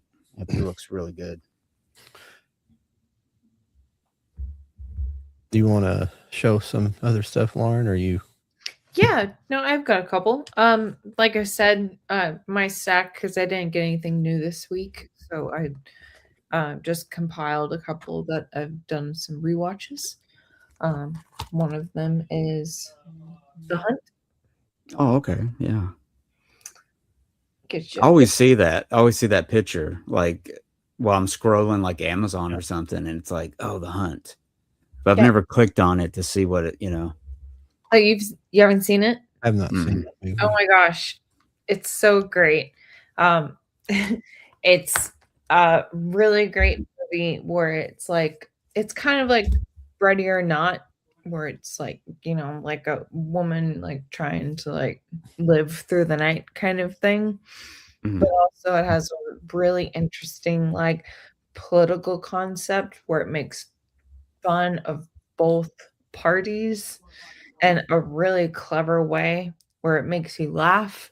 Like I love it so much, and it's really great. And my girly is a badass. So who's in it? Who's in it again? What's her name again? Betty Gilpin. Oh, okay. Yeah. She's the one that I was talking about. But yeah, so I love that movie so much, and I just think it's so funny. And I if you guys haven't seen it or heard about it, just go in completely blind and just enjoy the experience. It's Yeah. Yeah, I wrote it down, so I'll either pick that up or it's Yeah. probably streaming. I'm pretty sure on something. probably it. Because I always see it. I always see that cover like scrolling on something, either Amazon or it's on streaming somewhere. I keep seeing that picture. Yeah, it came out in 2020, which the world was imploding during that time. So Hmm. Yeah. a lot of people got to see it. So Yeah. I like to talk about it as much as possible because I think it's a really cool movie. Okay. Cool. Yeah. I picked up that. I'm sorry. Oh, No, yeah, go for it. I picked up the Criterion 4K of Life of Brian. oh, cool, man. That I did not pre-order that, but I'm gonna get that one. That it looks good. Sorry, I didn't blow it up there. If anybody wanted to see it up close. Yeah, I Yeah, mean, Life of Brian. it's the same looking cover as the other stuff. I don't think it's much different.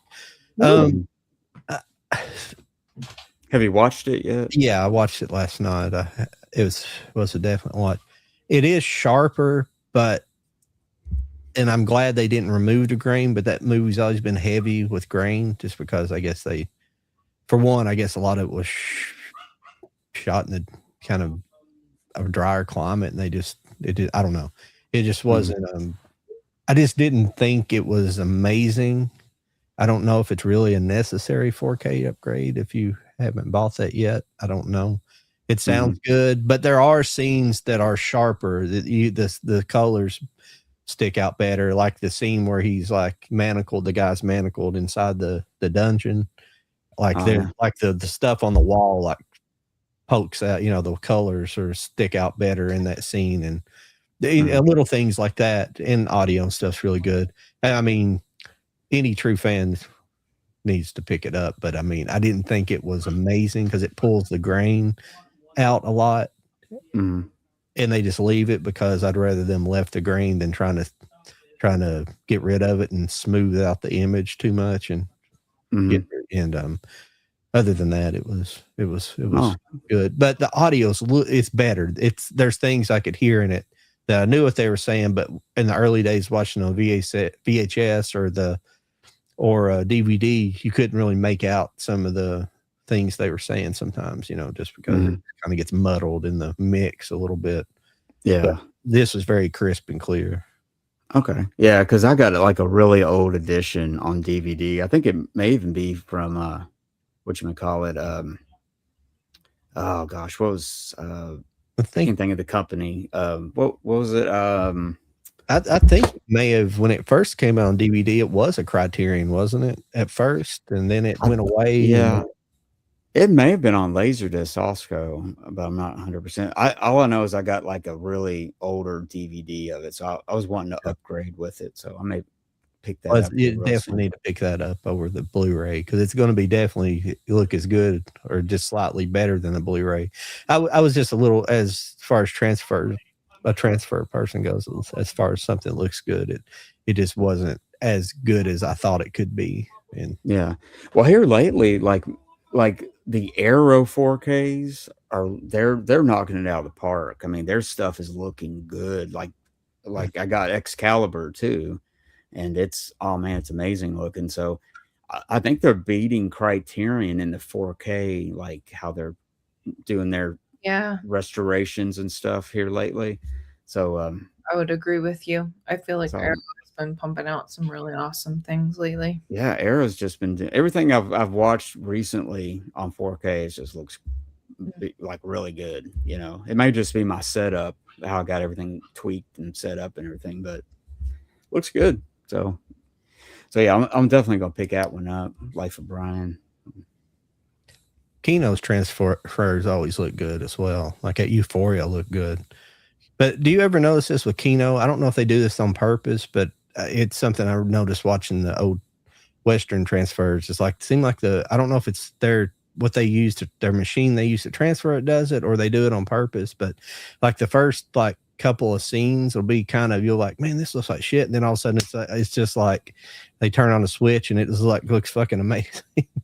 I don't know. I think I know what you're talking about because there's been a few that looks kind of, and then yeah, like you said, like it gets a little better, and then it kind of goes somewhere else again, and then it gets better depending on where it was, maybe outdoor, indoor, or Yeah. something like, you know Yeah. what I mean, or something. But their 4K of Gunfight of the OK Corral looks wow, really Yeah.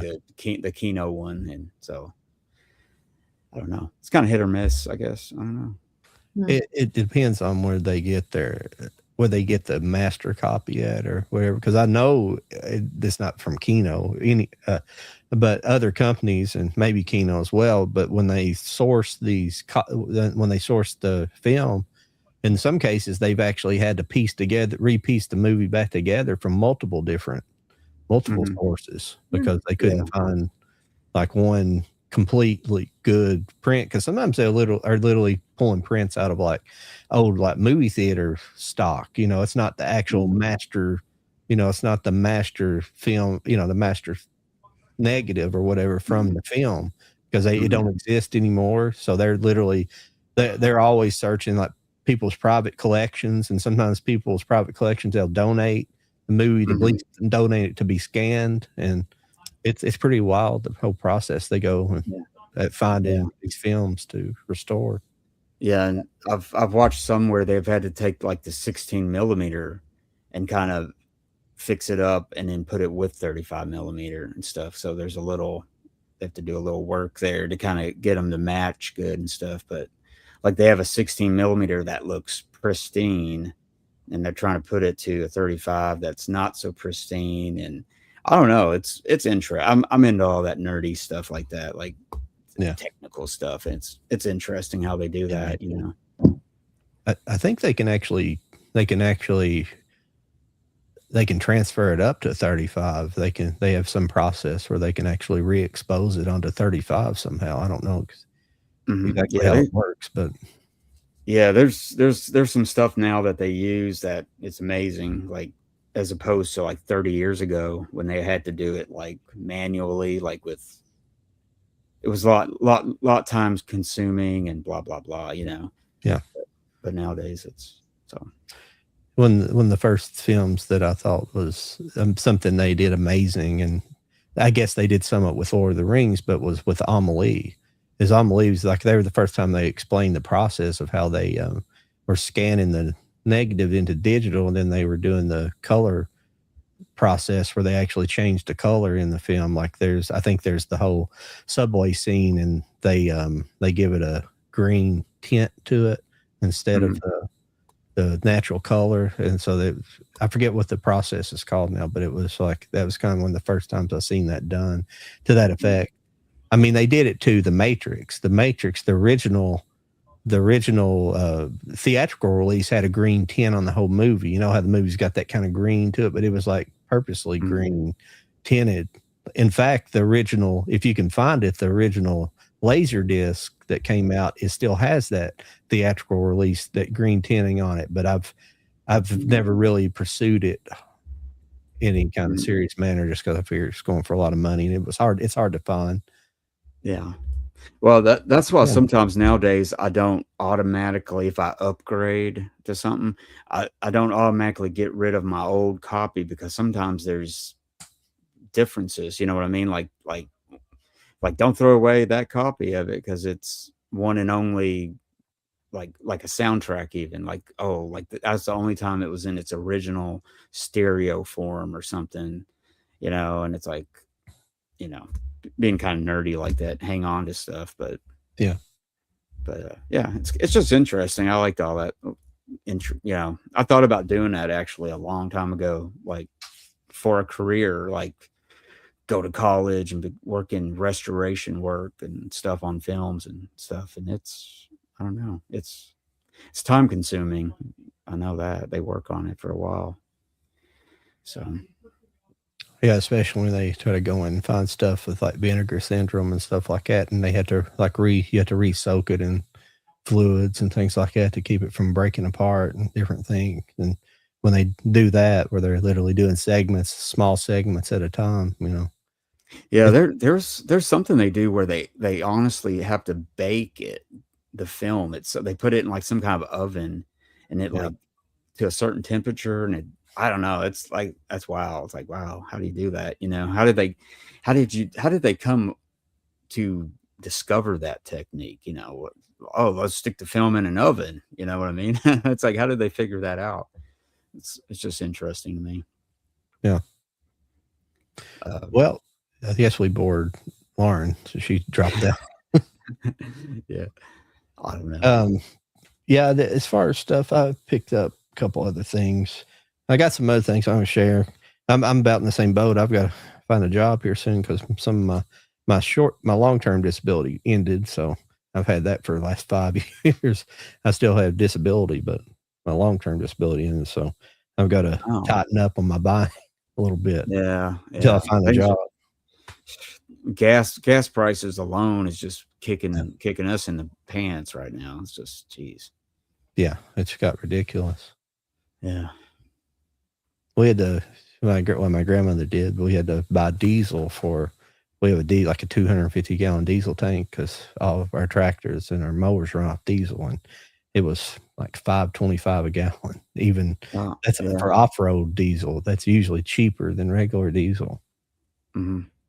Yeah, I mean, I hope it comes down sometime soon because that's just, Yeah. man, it's going to hurt people in this summer, people traveling and going on vacation and stuff. And I think it's going to hurt people. Well, at first we were out. Like I mowed her grass yesterday, and I was literally on the mower I was running. I was running on fumes pretty much because she was like, I'm gonna wait for it to come down. And after I got done, I went and talked to her. I was like, you're gonna have to get. I said, you just might as well buy it because I have a feeling it's going to go up before it goes down in the near future. Yeah. Yeah. Yeah. That's usually how it is. It gets worse before it gets better. So I don't know if it's at that point yet or not. But I picked up this. It's the 30th. I already had the 30th anniversary 4K, but they released this 30th anniversary. I guess this may have came out at the same time, but either sold out or I just didn't buy it for whatever reason. But it's actually the Steelbook. But the thing that sucks about it is that it's the same as the 25th anniversary. Still, it's hard to see because it's that plaid color that. Oh yeah. It's kind of got a cool effect in the camera. Yeah, it does. Yeah. It's a little sharper, the image, but it's not as faded looking as the other Steelbook, but it's exactly the same, but it's got the 4K. But the thing that's kind of nice about it, it did come with, it's not just a Steelbook. It came with some extra stuff, which is, things that generally don't, it's not something it'll always stay in this envelope, but it's just little goofy things like it. I'm not going to open these up, but it comes with these. It says Clueless Language Arts. It must be little like school books or something. Yeah, I think they're little cards that you got some kind of facts or something. Oh, okay, yeah, whatever. Okay, it's this tell. I'm sorry, it won't focus in for some reason there, but oh yeah, sorry about that. And then it's got another thing of like these simulated Polaroids. Oh wow, that's kind of neat. Like, yeah, it's got more, but I'm just gonna leave them in the package. There's no use in opening them. And it's got this. It's got Cher's report card. Oh, that's cool. also got a picture of the cat. Another picture of the cast on the other side. Hmm. And then what was this? Oh yeah, it come with a little and some stickers. Where's that other thing at? What did it? Oh, there it is. It come with this sticker. I think this is. It's just a sticker. Oh wow. It's like thick though. It's like got one of those padded type stickers, but and it come with a mini poster, which actually it's not a bad mini poster. It's of the original. Is that just a studio release, a Paramount release? Yeah, I'm pretty sure. Well, let me check and make sure, but yeah, but it's just a standard of the original poster art. Oh wow, because that's a lot of stuff for just a standard, like a studio type release. Yeah, it has Paramount all over this, so it's studio release. Yeah, because they don't usually do that stuff anymore. They don't put anything in there. Oh crap! There we go. Oh. I thought I would ejected you off there. I literally, when I was putting that box away, I reached over and hit my mouse with my pinky, and it literally did that. So, literally. Oh, wow. Yeah. Yeah, that's Clueless is a movie I've always liked, but like every time, like it's come out like 2 or 3 different times, like 20th anniversary, 25th, 30th, and stuff like that. So eventually I'm gonna get a copy of it. But yeah, I've always liked that movie. It's pretty cool. Well, I mean, I have a couple more things, but it's just I'll throw these up here because if you want to, we'll go check out the upcoming things. I picked that movie up, that Phantom 4K. Oh yeah, yeah. Billy Zane. Yeah, I got I recently watched that because I have the just the regular Blu-ray of it. And I put it in because I really don't remember seeing it back in the 90s. And I thought it wasn't half bad. It's a good little action movie. It's you know, it's a lot of fun. It's not the best movie ever made, but it's a lot of fun, you know. So Yeah. that was cool.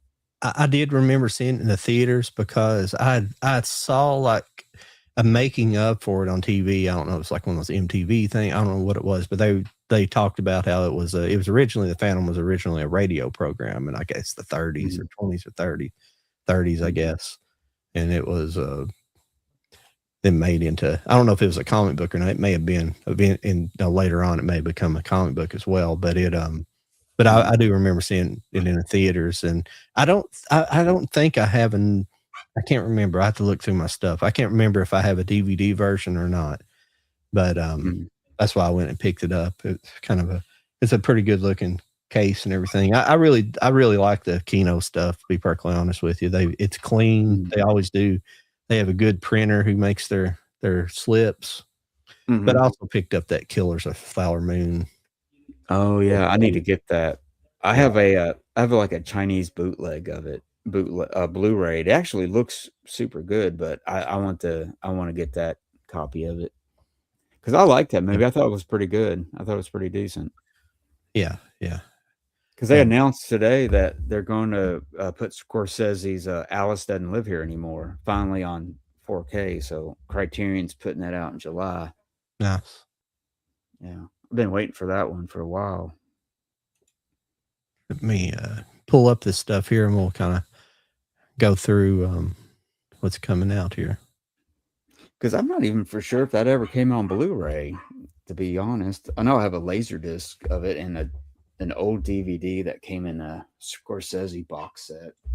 I think that's might be it. I'm probably wrong, but because I never did upgrade to it, so there must not be one.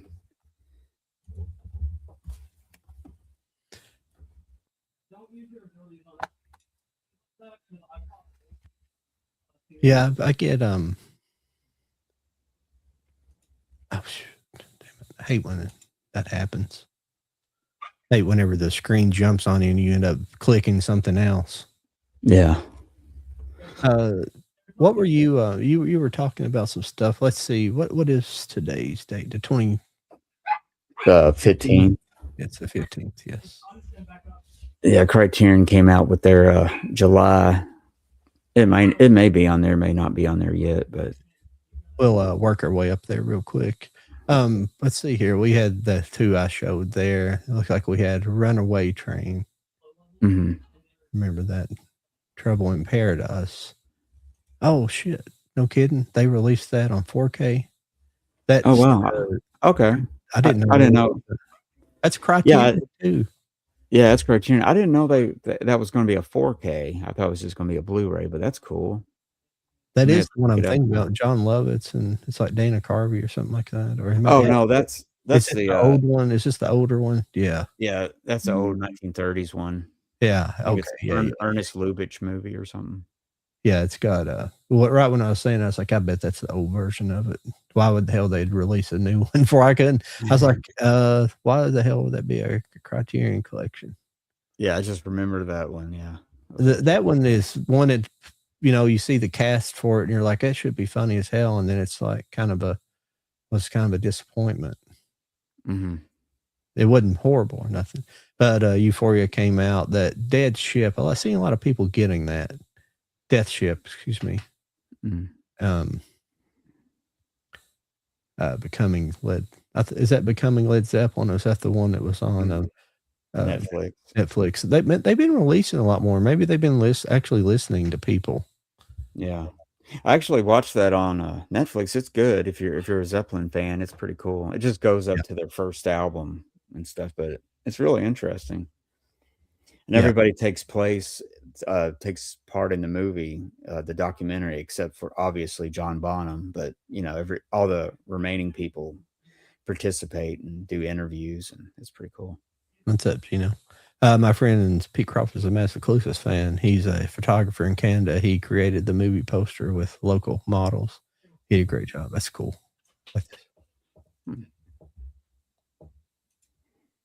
Sorry, I missed your comment over there. But yeah, I've always been I've always liked I've seen the theater, and I don't know, I as a teenager, I had a crush on Lisa Silverstone, so and that's part of it for me. But I went back and watched all of her movies and stuff like that. It looks like we got next month or next week we have Lee Marvin, Point Blank. That might be Criterion.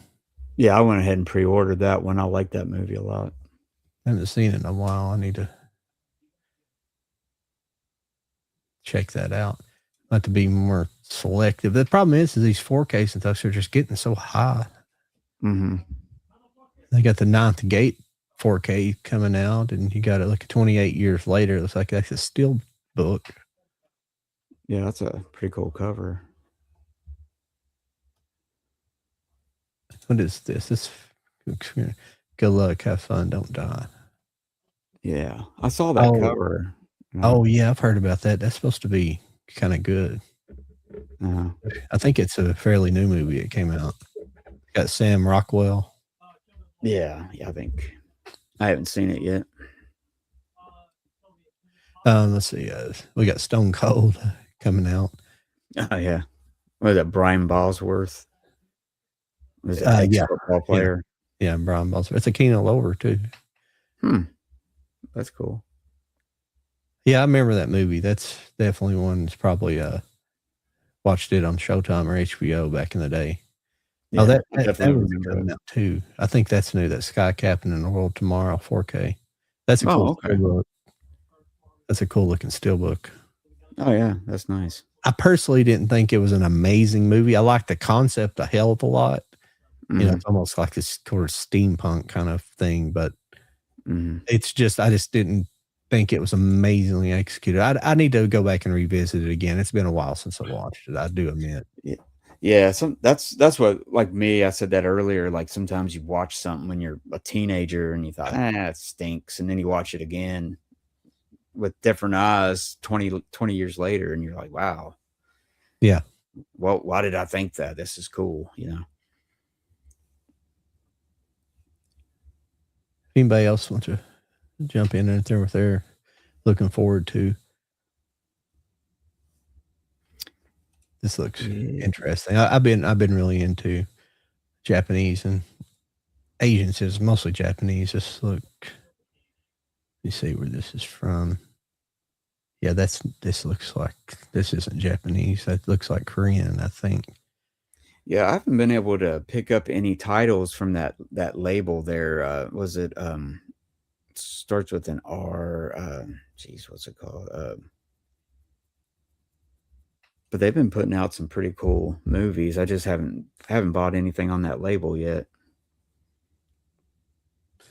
I mean, look at all this stuff that comes out. Some of these are re-releases, and some of this stuff down here is other versions of things we've talked about. But I mean, it's just so much stuff. I was like, I mean, Jesus. I mean, I wish I was a millionaire and could afford to buy just about every new release each week.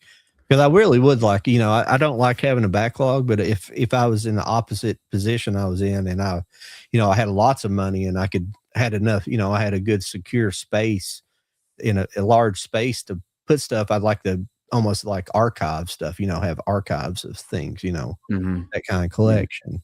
But it's just it's just so much money. There's so many things come out on like premium stuff and things like that. It's like, Yeah. please, it's And crazy. like what we were talking about earlier, like with the Walmarts and the Targets and Best Buys, like not putting physical media out anymore. It's like, look at this. I mean, just look at all this stuff that comes out weekly. And it's like, who's buying all this? Somebody's buying all this, or they wouldn't put out so much stuff. Yeah. So it's weird, how they look at that. Yeah, Throw Mama from the Train, that's getting ready to come out, I think next month on 4K. Inner Space. That's Arrow. I like to. Yeah. Oh, that's the end of this month. This is Moneyball. Let's see. Ghost in the Galleon. That's cool. Universal Soldier. I hadn't seen that in a long time. Yeah, you Throw Mama from the Train. What is this here? John Singleton's Hood. Yeah, I think that one's got Is like it Hood Boys in the Tales? Hood. Oh, Hood. Just Hood. It's got like 3 of his movies in it. Ah, yes, I see. Nice. What does it have here?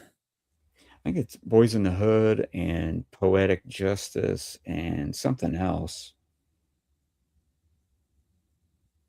Oh, what's it called? Baby Boy or something? Baby Boy or something. I never had seen that, but I think it's that one on the end there. Right here. Oh, okay. Yeah, Baby Boy. Okay. Is that like a little bit newer one? I hadn't seen that one. I think it's like early, like 2001 or something like that. I never did watch it though. Yeah, because back in the 90s, Criterion put Boys in the Hood out on Laserdisc. Yeah. I wouldn't mind have that set because I haven't seen that and I haven't seen Poetic Justice in a long time. Yeah, I think I've only seen that like once. Yeah. But what else? I'm sorry, I was flipping out there after I hit that. Yeah, there's like so much stuff, man. It's like yeah. It's like somebody's buying all this stuff. There's got to be somebody. These companies wouldn't put all this stuff out, for nothing. Yeah, yeah.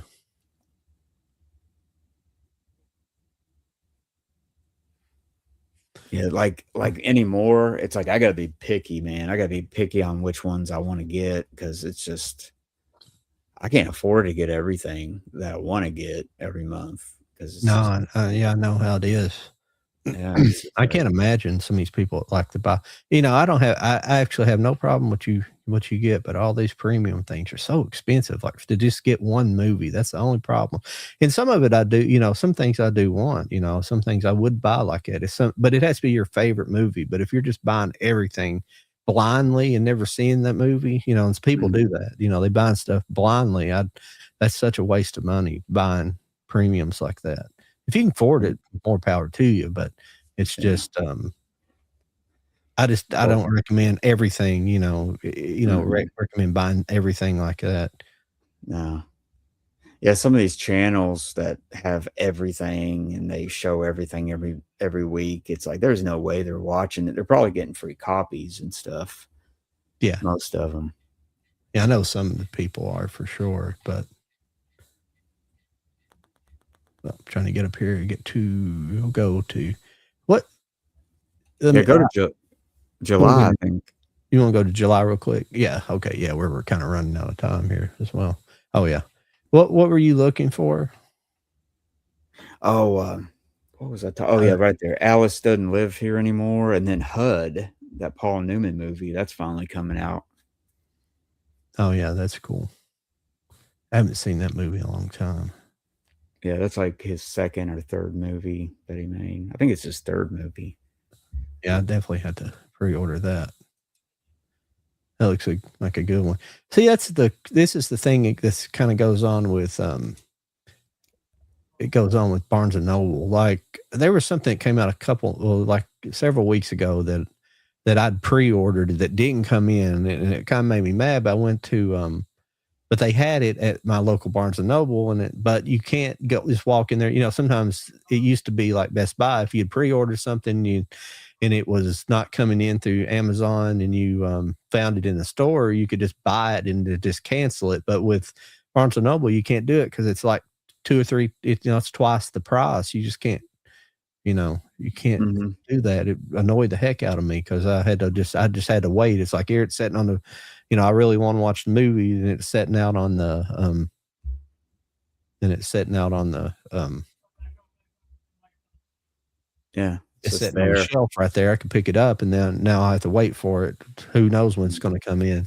And it was a particular movie that I pre-ordered months ahead of time. I should have been in the front of the line to get it, and I had to wait a whole week to get it. It annoys me.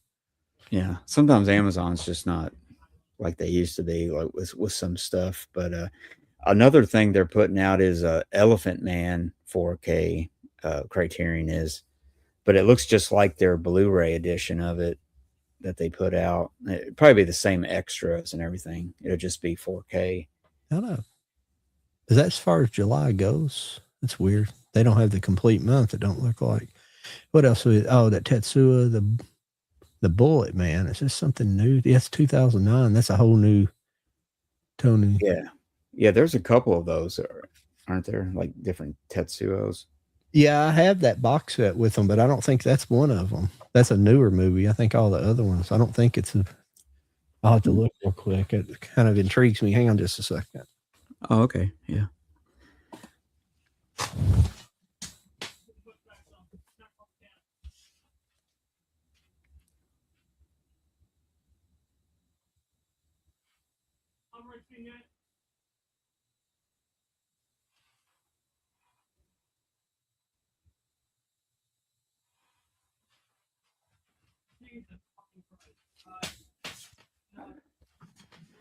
Yeah, it's not in that set. Hmm. It's not part of that set. It was just the older stuff. Cause there's like Tetsuya 2, and I ended up not grabbing it though. It's over there on the shelf. But yeah, I want to check that one out. There's just so much stuff. It's hard to keep up with. It's just hard to keep up with the movies, all these movies. Like people probably watch on there all the time. You're like, man, you haven't seen this and this. Yeah, but I watch I don't watch like 5 movies a day. I'm not that kind of person. I may watch one. I'm not. I've kind of slowed down because I just find that it kind of, I don't know, you kind of got burned out on it one time trying to do that. So Yeah, you can burn yourself. And when you get burnt out on movies, you really get burnt out on movies. You don't want to watch them for a while. That's how it was for me for a while. Like I was saying, I've been on disability for several years, and I'd had, for some weird reason, when I was working, that's all I wanted to do. I just wanted to come home and watch a movie, or, when I had my days off, I wanted to watch movies. And as soon as I went on disability, I just lost the desire to want to watch movies. I don't know what happened. I had all the free time in the world to do it. And it was bizarre. Yeah. It's funny how that works. Yeah. It's just, I can understand why they release so much. They release so many horror movies. There's so many horror fans out there. Every other site that comes up is a horror site when you're looking at collectors, which is, it's fine. It's a very huge genre, but I can understand they make some serious money on it. Oh yeah. See, that's true. Just horror movies alone keeps people buying physical media. Yeah. Oh yeah, and those big Stranger Things box sets are coming out from Arrow here in a couple months. All the seasons on 4K. That's a big set. But that's all they have for July. They usually, at this point they have more listed at this point. This far out, excuse me. Yeah, they usually have. There's that Flintstones steelbook. I guess so. I told somebody, they acted like I was crazy, which I probably am crazy, but for some reason I've got this weird thing that I kind of like the second movie better than the first. I don't know what it is. It's more cartoony and it feels more like the show to me. Oh yeah. Yeah. Did they do 2 of them? Yeah. They did like Viva Rock Vegas or something was the second one. Oh, that's right. It's kind of a prequel, I think. It's like how they met, how the 2 guys meet, Wilma and Betty. Kind of a prequel and leading up to it, because Kazoo's in there, and I don't know what it was. I'm probably dead wrong. I probably need to go back and rewatch it, but I had watched them both at the same time, rewatched them both at the same time, and I don't know. It's some. I know you guys can think crazy. It's fine. I have weird opinions on certain movies like that, and it's just Hey, everybody, and to each their own. yeah. It's like I kind of like that Rob Zombie Monsters movie. I don't know why. I kind of liked it though when I watched it. Oh yeah, yeah. It wasn't too bad. A lot of people kind of crapped on it, but there was still a lot of people that liked it and thought it was not Yeah. bad. And I thought it was pretty cool. Yeah, I think some people that crap on stuff like claim to be they claimed at one time, claimed that like they actually watched the original series. They may have just seen it in clip form and never really watched it. And I felt like there was parts of it that really captured, at least captured the spirit of the old characters. At least I think they were actually trying, especially the guy that played Herman. And really Rob Zombie's wife. I always forget her first name. Yeah, I can think of her name. It's like Shelley or something like that. Yeah, I can't. But but she wasn't bad. She's not a great actress, but she wasn't terrible. I just felt like there was something about it. Just I don't know. I just liked. I just felt like it kind of captured the spirit of the show just a little bit. I know it sounds weird, but it's just it worked for me personally as being an actual fan of the show. Yeah, I mean the makeup looked good, and she looked good as Lily Munster, and everything in it may turn into like a big cult hit here in like 20 years. Everybody be gushing about it, and then you'll be like, "See, I liked it back then. Yeah. Now everybody loves it now." Yeah, Or something. it's a guarantee to be something like that. I did see that they're putting out this one after. I'm pretty sure I have I just recently bought this after you suggested it in one of your videos. Oh, 5 Easy Pieces. Yeah. Yeah, I know that's weird. I bought it, the Blu-ray of it, finally upgraded and got it. Now they put the 4K out. Like I didn't even know that at the time. Oh, that's cool. The Burbs is getting a 4K. Oh, cool. Yeah. That's a studio release. Oh, wait a minute. Yeah, it's 4K. Sorry. When I looked on the side, the 4K label's at the very tip top, and I just seen the Blu-ray. Yeah.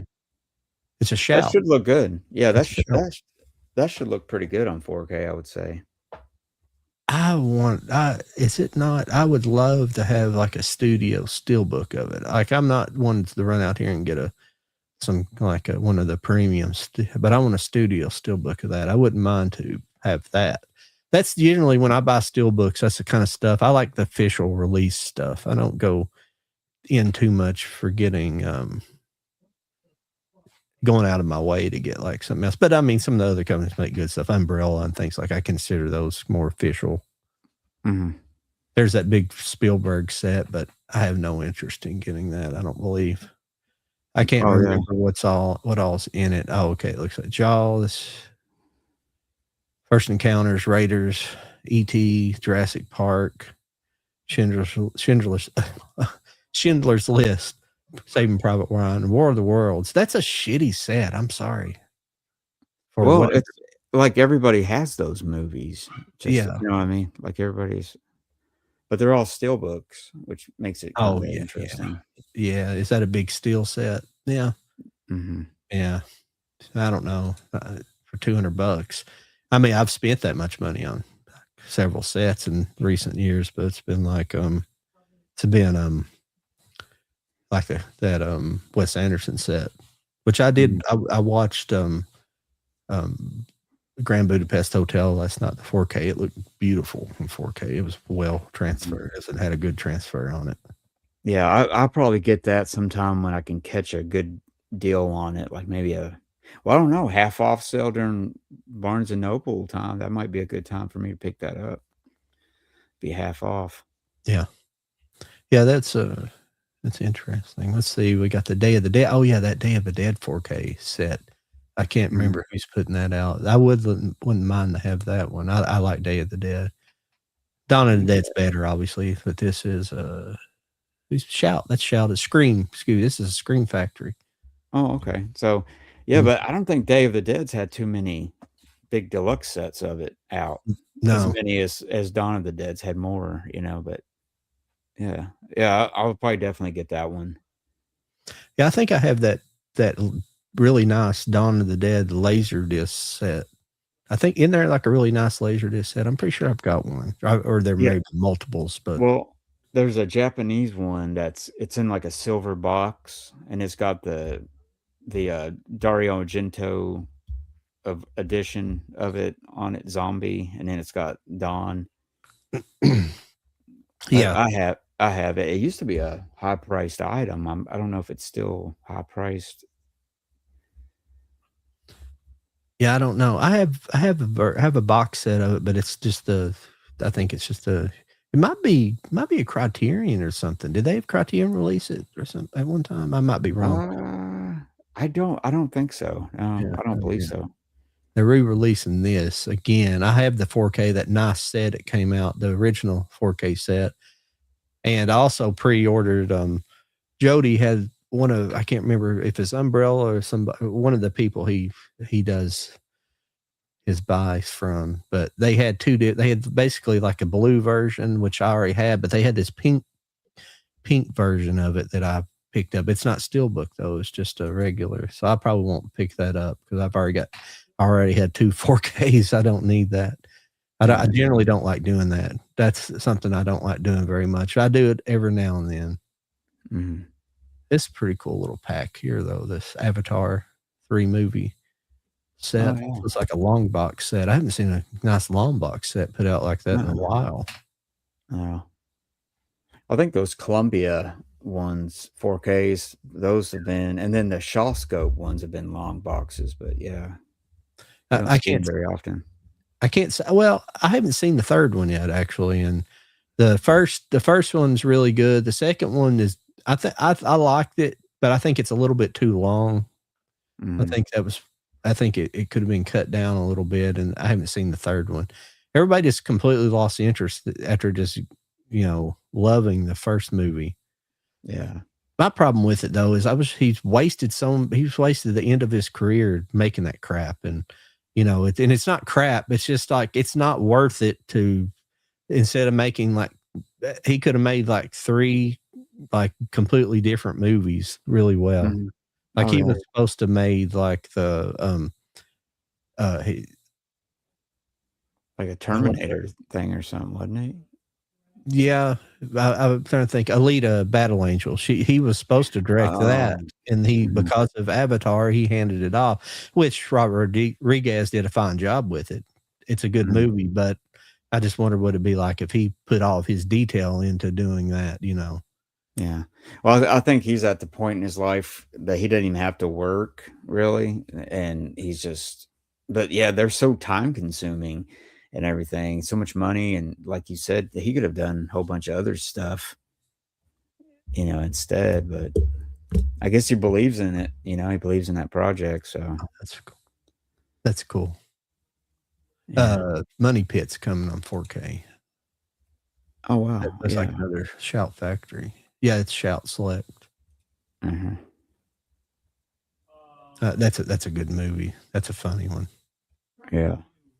Some of those early, and I'm not saying any of the later Tom Hanks stuff was, but he did those early comedies. Some of them are funny. I'm trying to think of that one where he did with John Candy. And John Candy like disappears early in the movie and don't reappear towards the end, but it's they're in the jungle, and they're like they're is on that a like, Joe nature trip. Joe versus the volcano? Is that it? No, it's a different one. It's Oh, Volunteers. yeah. That's Yeah. funny. That's a good one. Yeah. Well, my favorite is a Bachelor Party of his comedies. I just think he's Yeah. totally crazy in that movie. Now I did pre-order this Jackie Chan. Mhm. I may have to I think there's gonna be two of them, two different ones. Yeah, I think this is the one I ordered. There's a special edition one, I believe, and I actually believe I think I like the regular artwork just as good. I think the other one's yellow. There's a yellow and a red one. I'm pretty sure in the yellow. I can't. The yellow one seemed like it has. I don't know why they don't have it shown here. Oh no, the red one might be the special edition. I think this is maybe the one, or this is the special edition. This is the limited edition right here. The one with him punching through. I like the red better personally, but I don't know. That's just me. Yeah. Well, that's what they did with those Bruce Lees, and one was red and one was yellow, and the yellow like sold out quickly. And I actually got the red one before it sold out, but like the yellow one is the one everybody like wanted, the yellow edition or something. You ever seen this show, Primal? I've heard of it. Yeah. I haven't watched it though. I've watched season 1. I have season 2, but haven't watched it yet. But it's good. It's basically there's no, as far as what I've seen, there's no dialogue. But there wouldn't be, because it takes place basically like in they're like Neanderthals or something, or pre-humans. They're probably before Neanderthals, but they're just trying to survive in that time period. But there's like, it's not a realistic timeline. There's like dinosaurs or something. They're like cave. I guess it's better to say they're cavemen, but that's not accurate in fiction. But this is cool. It's MacArthur 4K. This is a good one. Yeah, that one. I don't even know if that had a Blu-ray release. I'm not sure. I think it might. I think I picked it up. I could be wrong about that. I could be wrong. I think I have this laser disc of it. I have a version of it. Sorry. I have all my movies. I have movies here, but they're all around here, over here. So to go look for them is a pain in the ass sometimes. Yeah. And if they're in the dark, so it's harder to see. Well, Mike, it's 11 minutes after 10. Oh, yeah. 2 or yeah, it is. Yeah, 2 hours. Excuse me. my thing up here shows it's after 10, so it's That's whatever cool, man. you want to do. I think we're going to get out here, everybody. We appreciate everybody stopping by. Let's see, Acres and Movie jump back in here real quick. I appreciate Stacy. I appreciate you coming in here. Like we said, we may have to figure out a way to get you on here somehow. Yeah, or you can be in the chat and we'll just dedicate a night to answering your questions. Yeah. But I like better, Super Cop or Accidental Spy. I have to be honest, I don't think I've seen Accidental Spy, but Super Cop's excellent. Yeah, he's got so many movies. Yeah. I've only got a couple of his movies actually, so there's so many of them. Yeah, it's crazy. My favorite older movie is I never can remember the name of the title. It's like something in the Eagle's Claw or something like that. It's like one of his first. I've got Snake in the Eagle's Claw. I believe that's what it's called. Yeah, it's something like that. I know what you're talking about. And it's like one of the very first ones he made, like when he was like the star of the movie, like first couple movies. I think it came out before Drunken Master, and it's like one of my favorites. It's really good. Oh, okay. I know what you're talking about. One, yeah. Oh, hang on just a second. Let me pop this.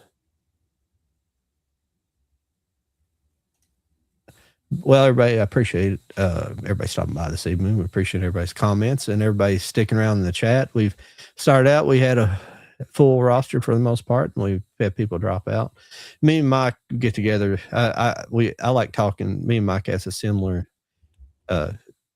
we have like a similar interest in movies, and I like the technical stuff like that. Now Mike knows a hell of a lot more about movies and seen a lot more, which that's why I like talking to him, because he knows a lot more. No name. And I'm bad with names sometimes, but we I think we have that effect on people. We bore people because we can talk about a lot of different things. So I hate we didn't run Geno off. Geno's Geno can out talk both of us. This is when film historian talk. Yeah, he's full of stuff too. Yeah.